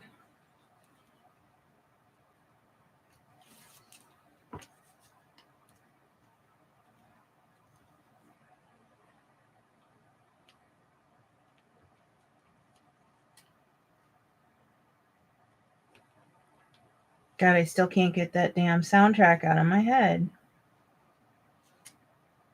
I'm going to have to play it in while I'm sleeping. And again, I just did the wrong side.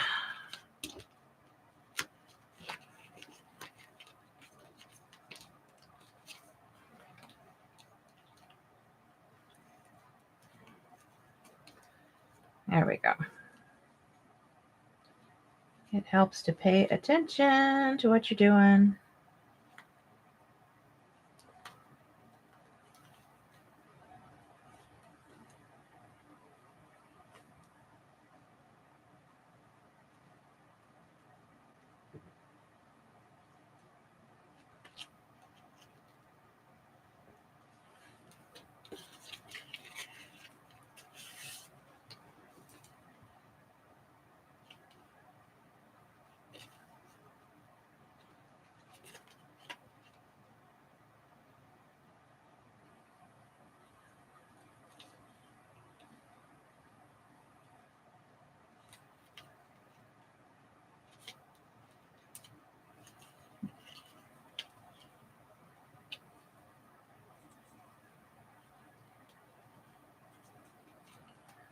All right, just gotta make sure this is tucked out all the way.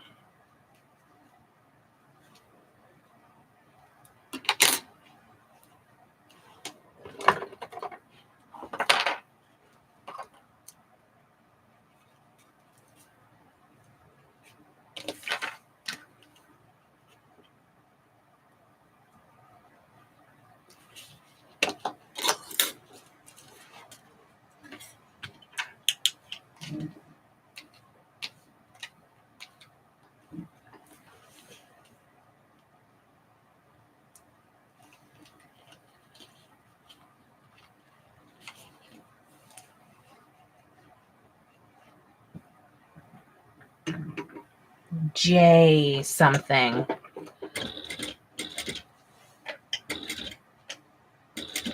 Jay Gordon. That's his name. Lead singer of Orgy.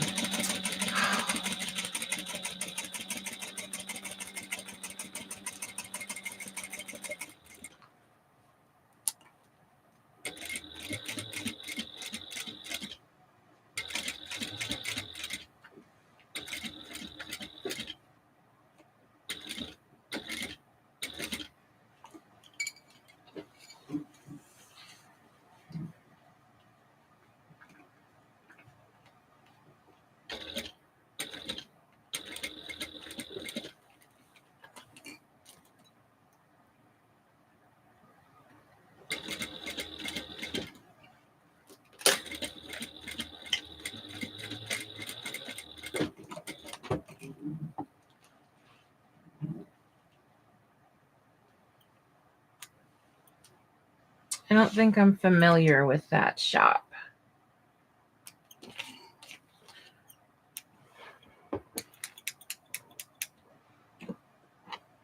Where's my machine oil? I don't know. I don't know.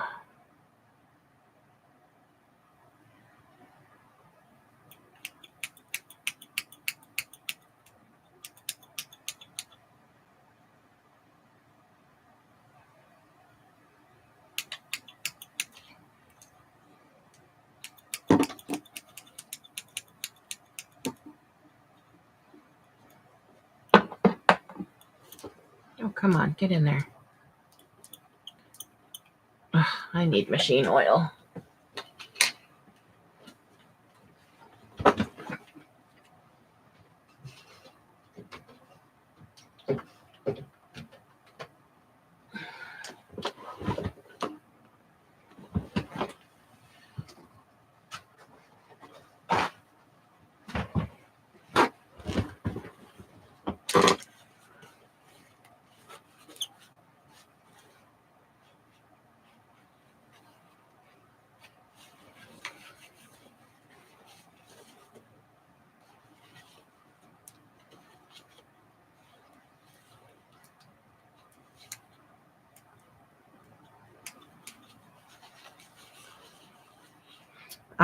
Yeah.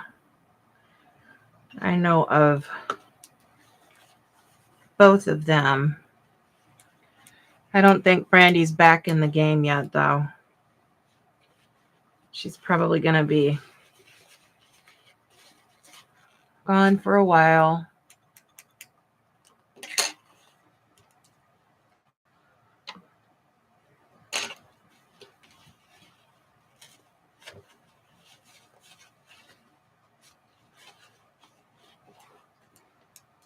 There we go.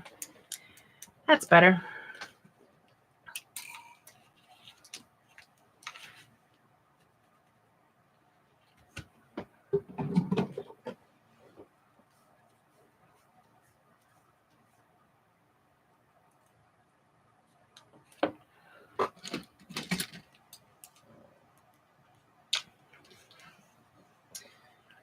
Yeah. I mean, she should take all the time that she needs.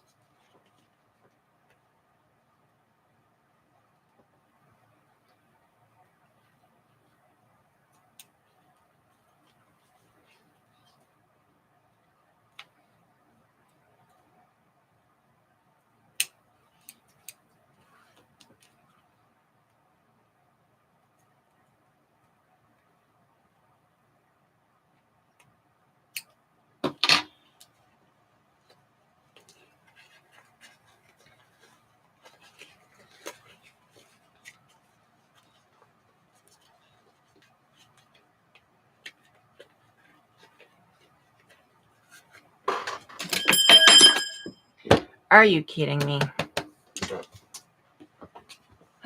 Where's my other one?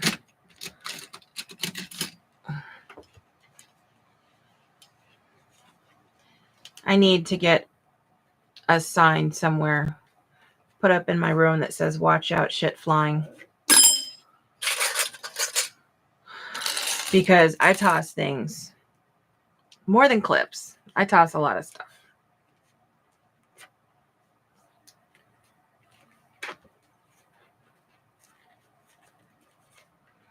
Oh, I forgot to put tape on here.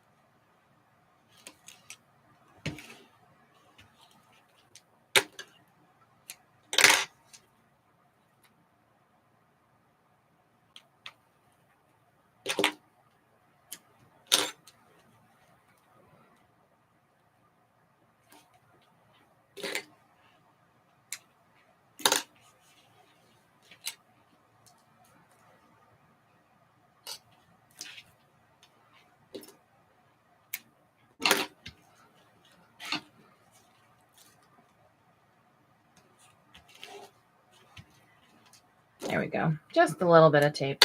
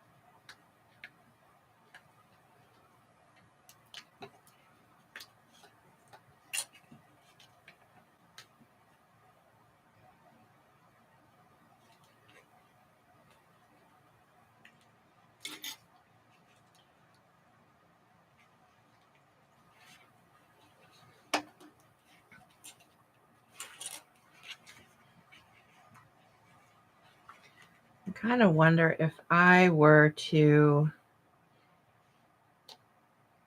play music on headphones in my own ear. Wonder if my microphone would pick it up. Because that damn song is not going to leave my head until I listen to it.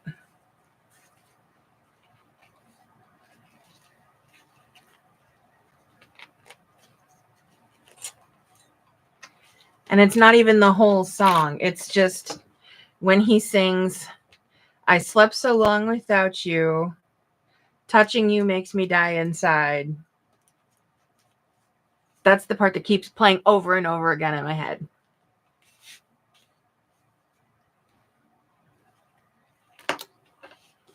And then when he says, I see hell in your eyes. Stuck in my head.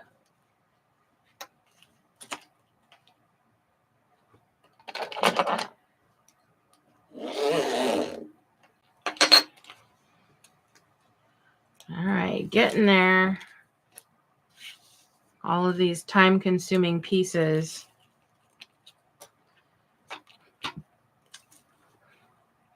Even though there's probably just as many pieces in the new bag as there are in this one, I don't think the new one takes as long. Probably helps that everything is so big.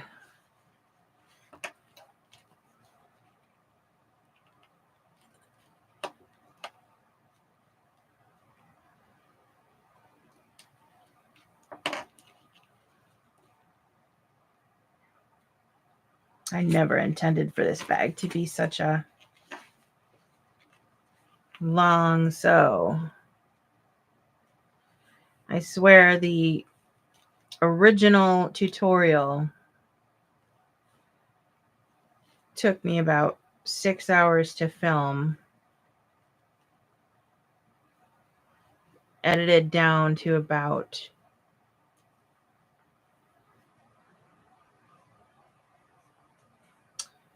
I want to say like 4 hours with all of the distractions removed. And then I think it's like 3 hours in its final form, fully edited. And I am just a few seconds away from being live for 4 hours.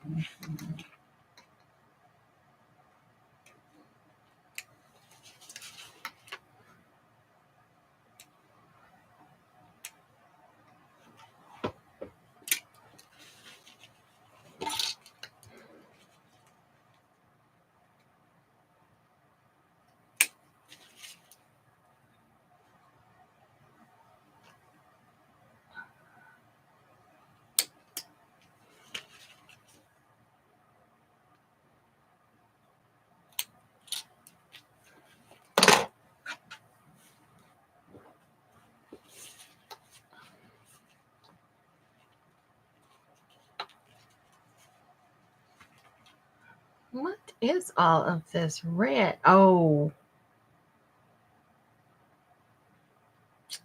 I'm sitting here wondering how the hell I'm slicing up my fingers.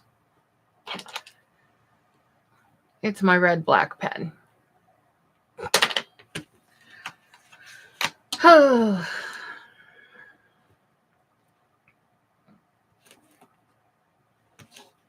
I thought the ink was drying. Guess not.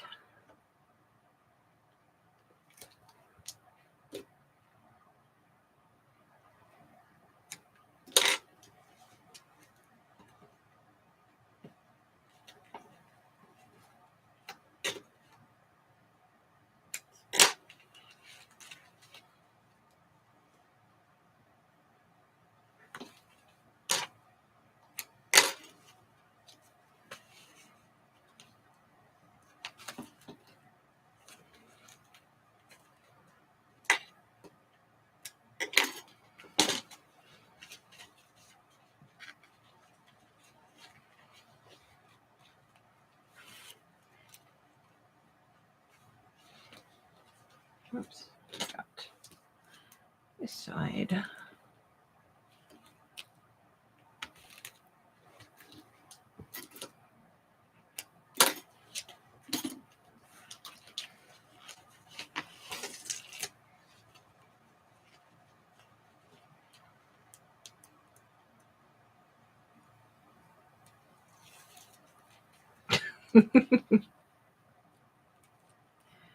How much did you have to rip?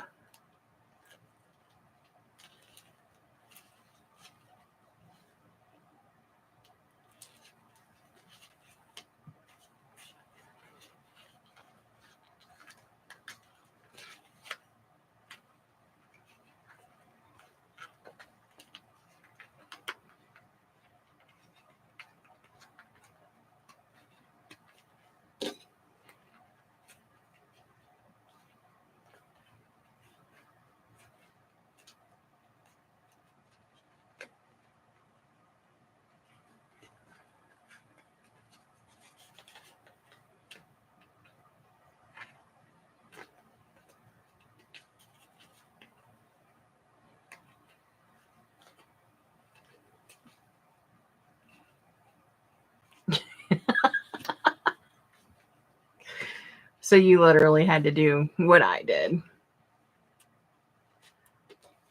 Today's fun, huh?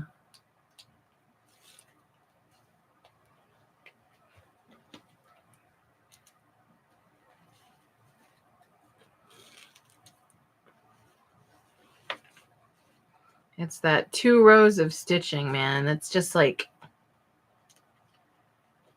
a curse or something. If you do 2 rows, you're bound to destroy something.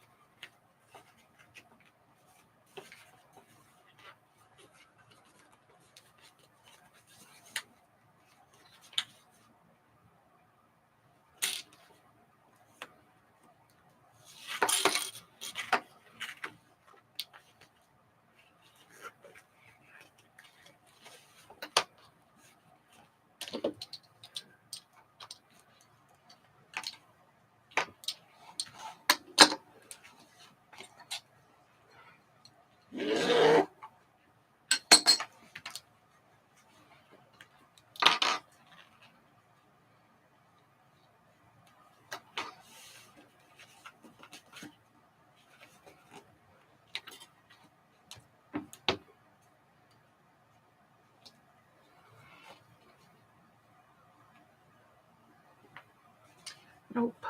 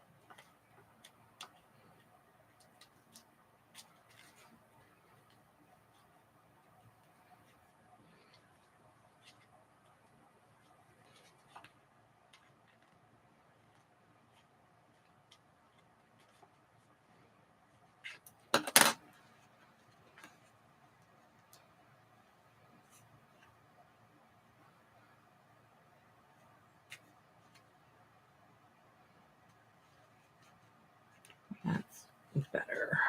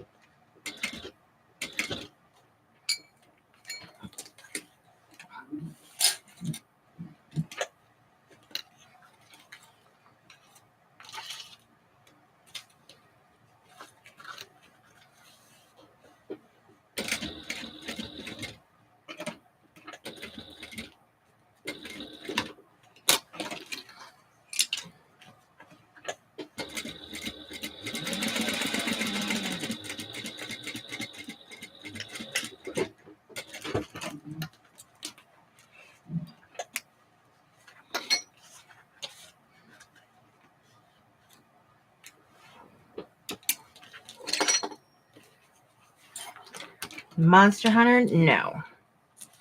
I've seen the previews for it on Steam, but I've never actually played.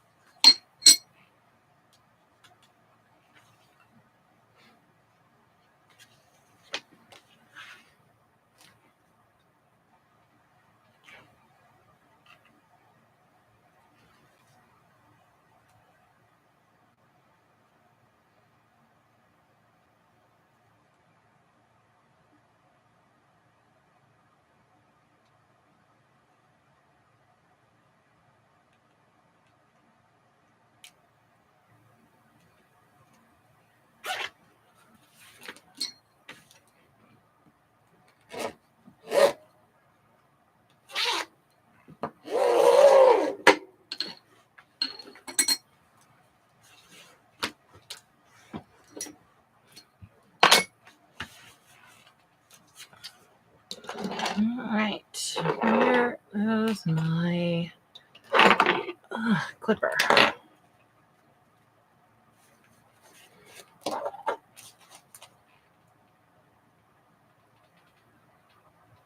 Oh, come on.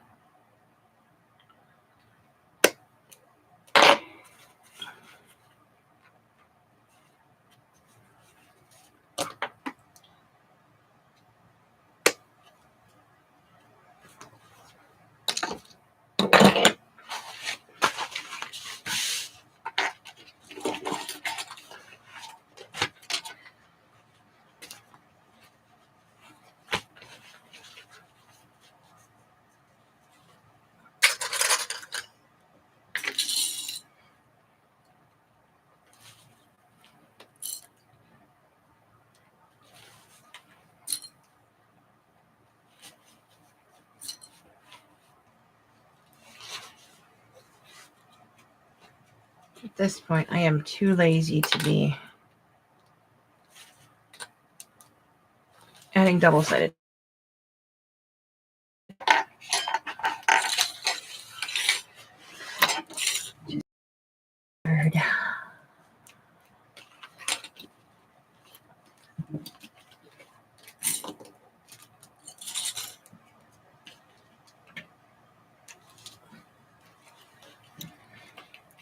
You know, another good game is Alice, the Madness Returns. I love that one. I love a lot of twisted games like that. I finished it once and then tried to do another playthrough a couple of months ago. Got distracted and never finished it.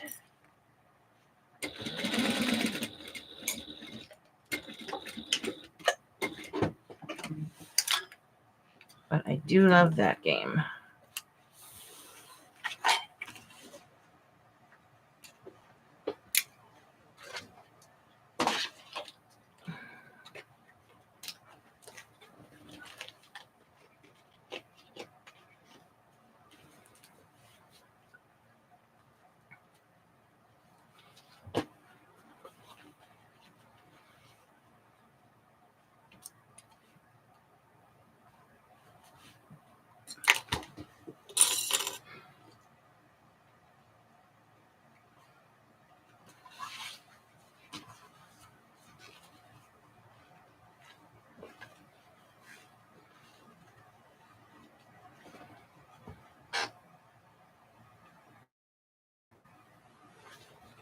Oops, I think I cut my pieces too long. Oh well.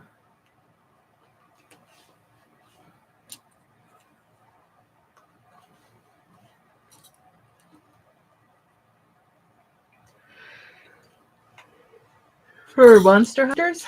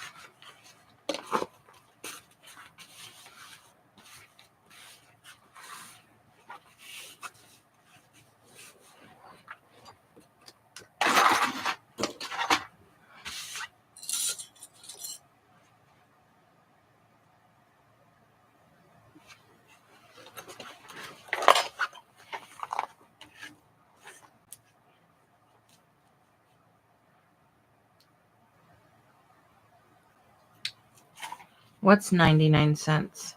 Alice? I already own it. Don't need it again. Also, don't tell me that Steam has a spring sale right now. I've already had enough distractions. So now that I can actually focus on things, priorities. Do not tell me this,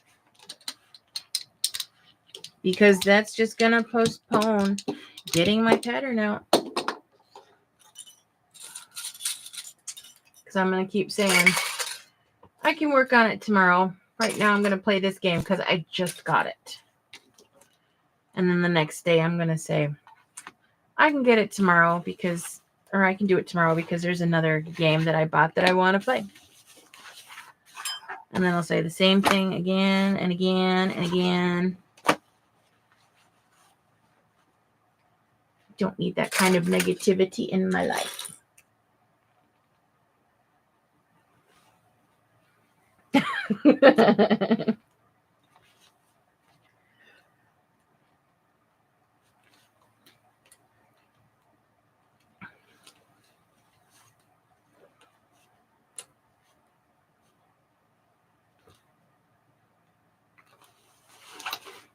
Probably for the best. I have plenty of games already. I mean, I might take a peruse through my wish list to see if there's anything that I've wanted for a while. But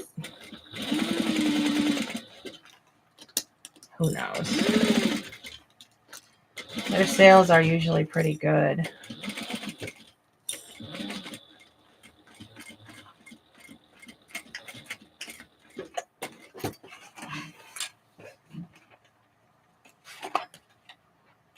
I'm honestly kind of surprised that I didn't get an email about the Steam sale. They usually send those.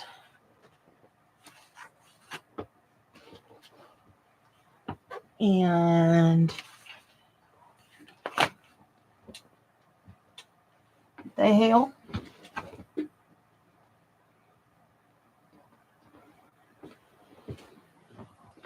I just lost a whole ass pattern piece.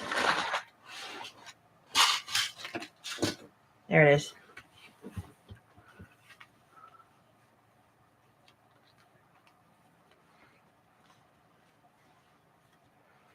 If this was a Saturday, I'd say, it's fine, I'll be sleeping. But I'm going to be wide awake. It's currently 12:30. I don't think I'm going to finish this one tonight. I mean, I'm getting really close. But I might have to do the top stitching on my cylinder arm if I can get it to behave.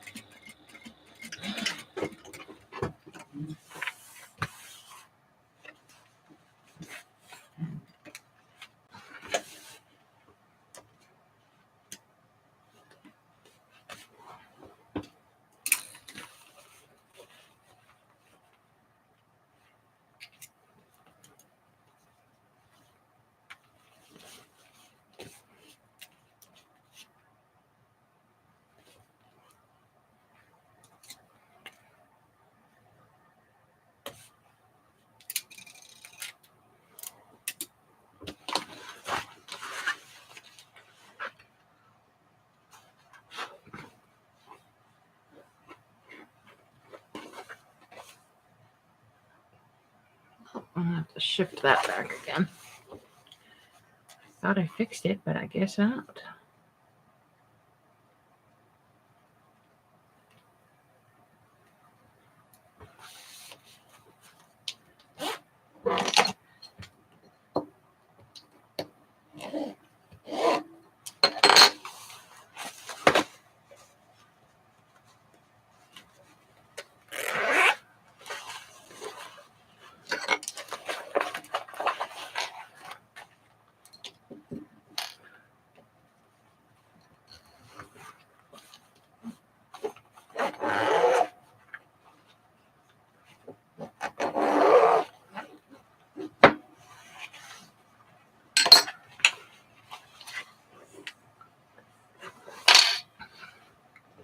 Close.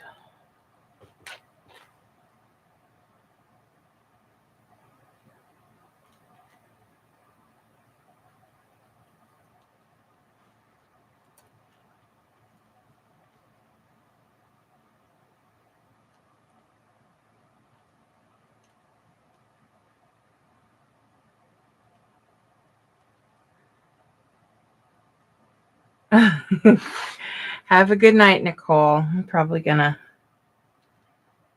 hop off in a minute here myself. So I gotta bring the little man to school in the morning. He's gonna be up around 6.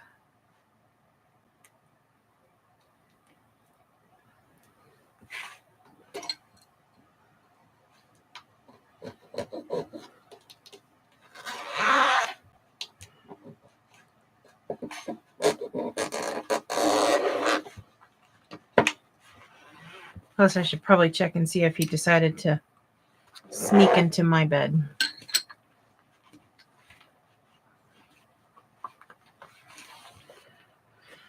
All right. So let's see here. So I've got the side panels for the lining. And well, damn, that's not going to work. I just realized that I forgot to cut out the lining bottom.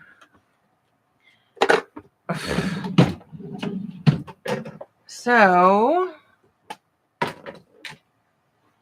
going to have to cut that piece out.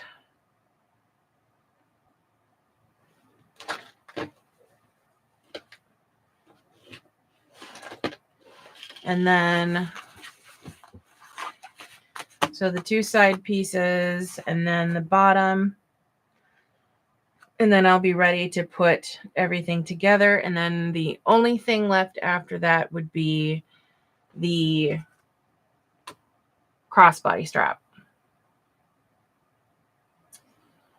So, yeah, I think I'm going to go ahead and call it a night. The rest of it's not going to take 4.5 hours tomorrow. So I will hop on tomorrow, probably around 7:30 or 8 p.m. Central Time, provided my youngest doesn't cause chaos. And then I'll finish it up. And then it will be all done. I guess that's what finish it up means, huh? I am too, because it actually gets me to sew. Because I need to. I haven't been getting any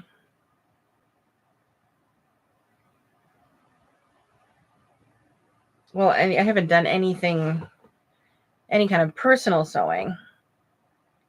I've been doing customs and pattern testing. So,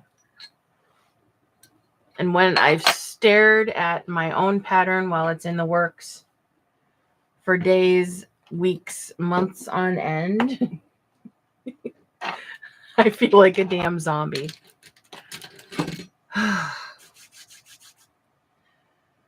All right, I'll post tomorrow if I make it live. If I don't get to go live, I'm still going to finish this bag tomorrow because I want to get it done so that I can ship it out in a timely manner before the big red baby decides to screw something else up and ends up charging people 10 times the freaking fee to get across the border. Gross. All right. Well, thanks for popping in and hanging out. And I guess I will see you guys eventually at some point. Try and go get some sleep. Have a good night. Bye.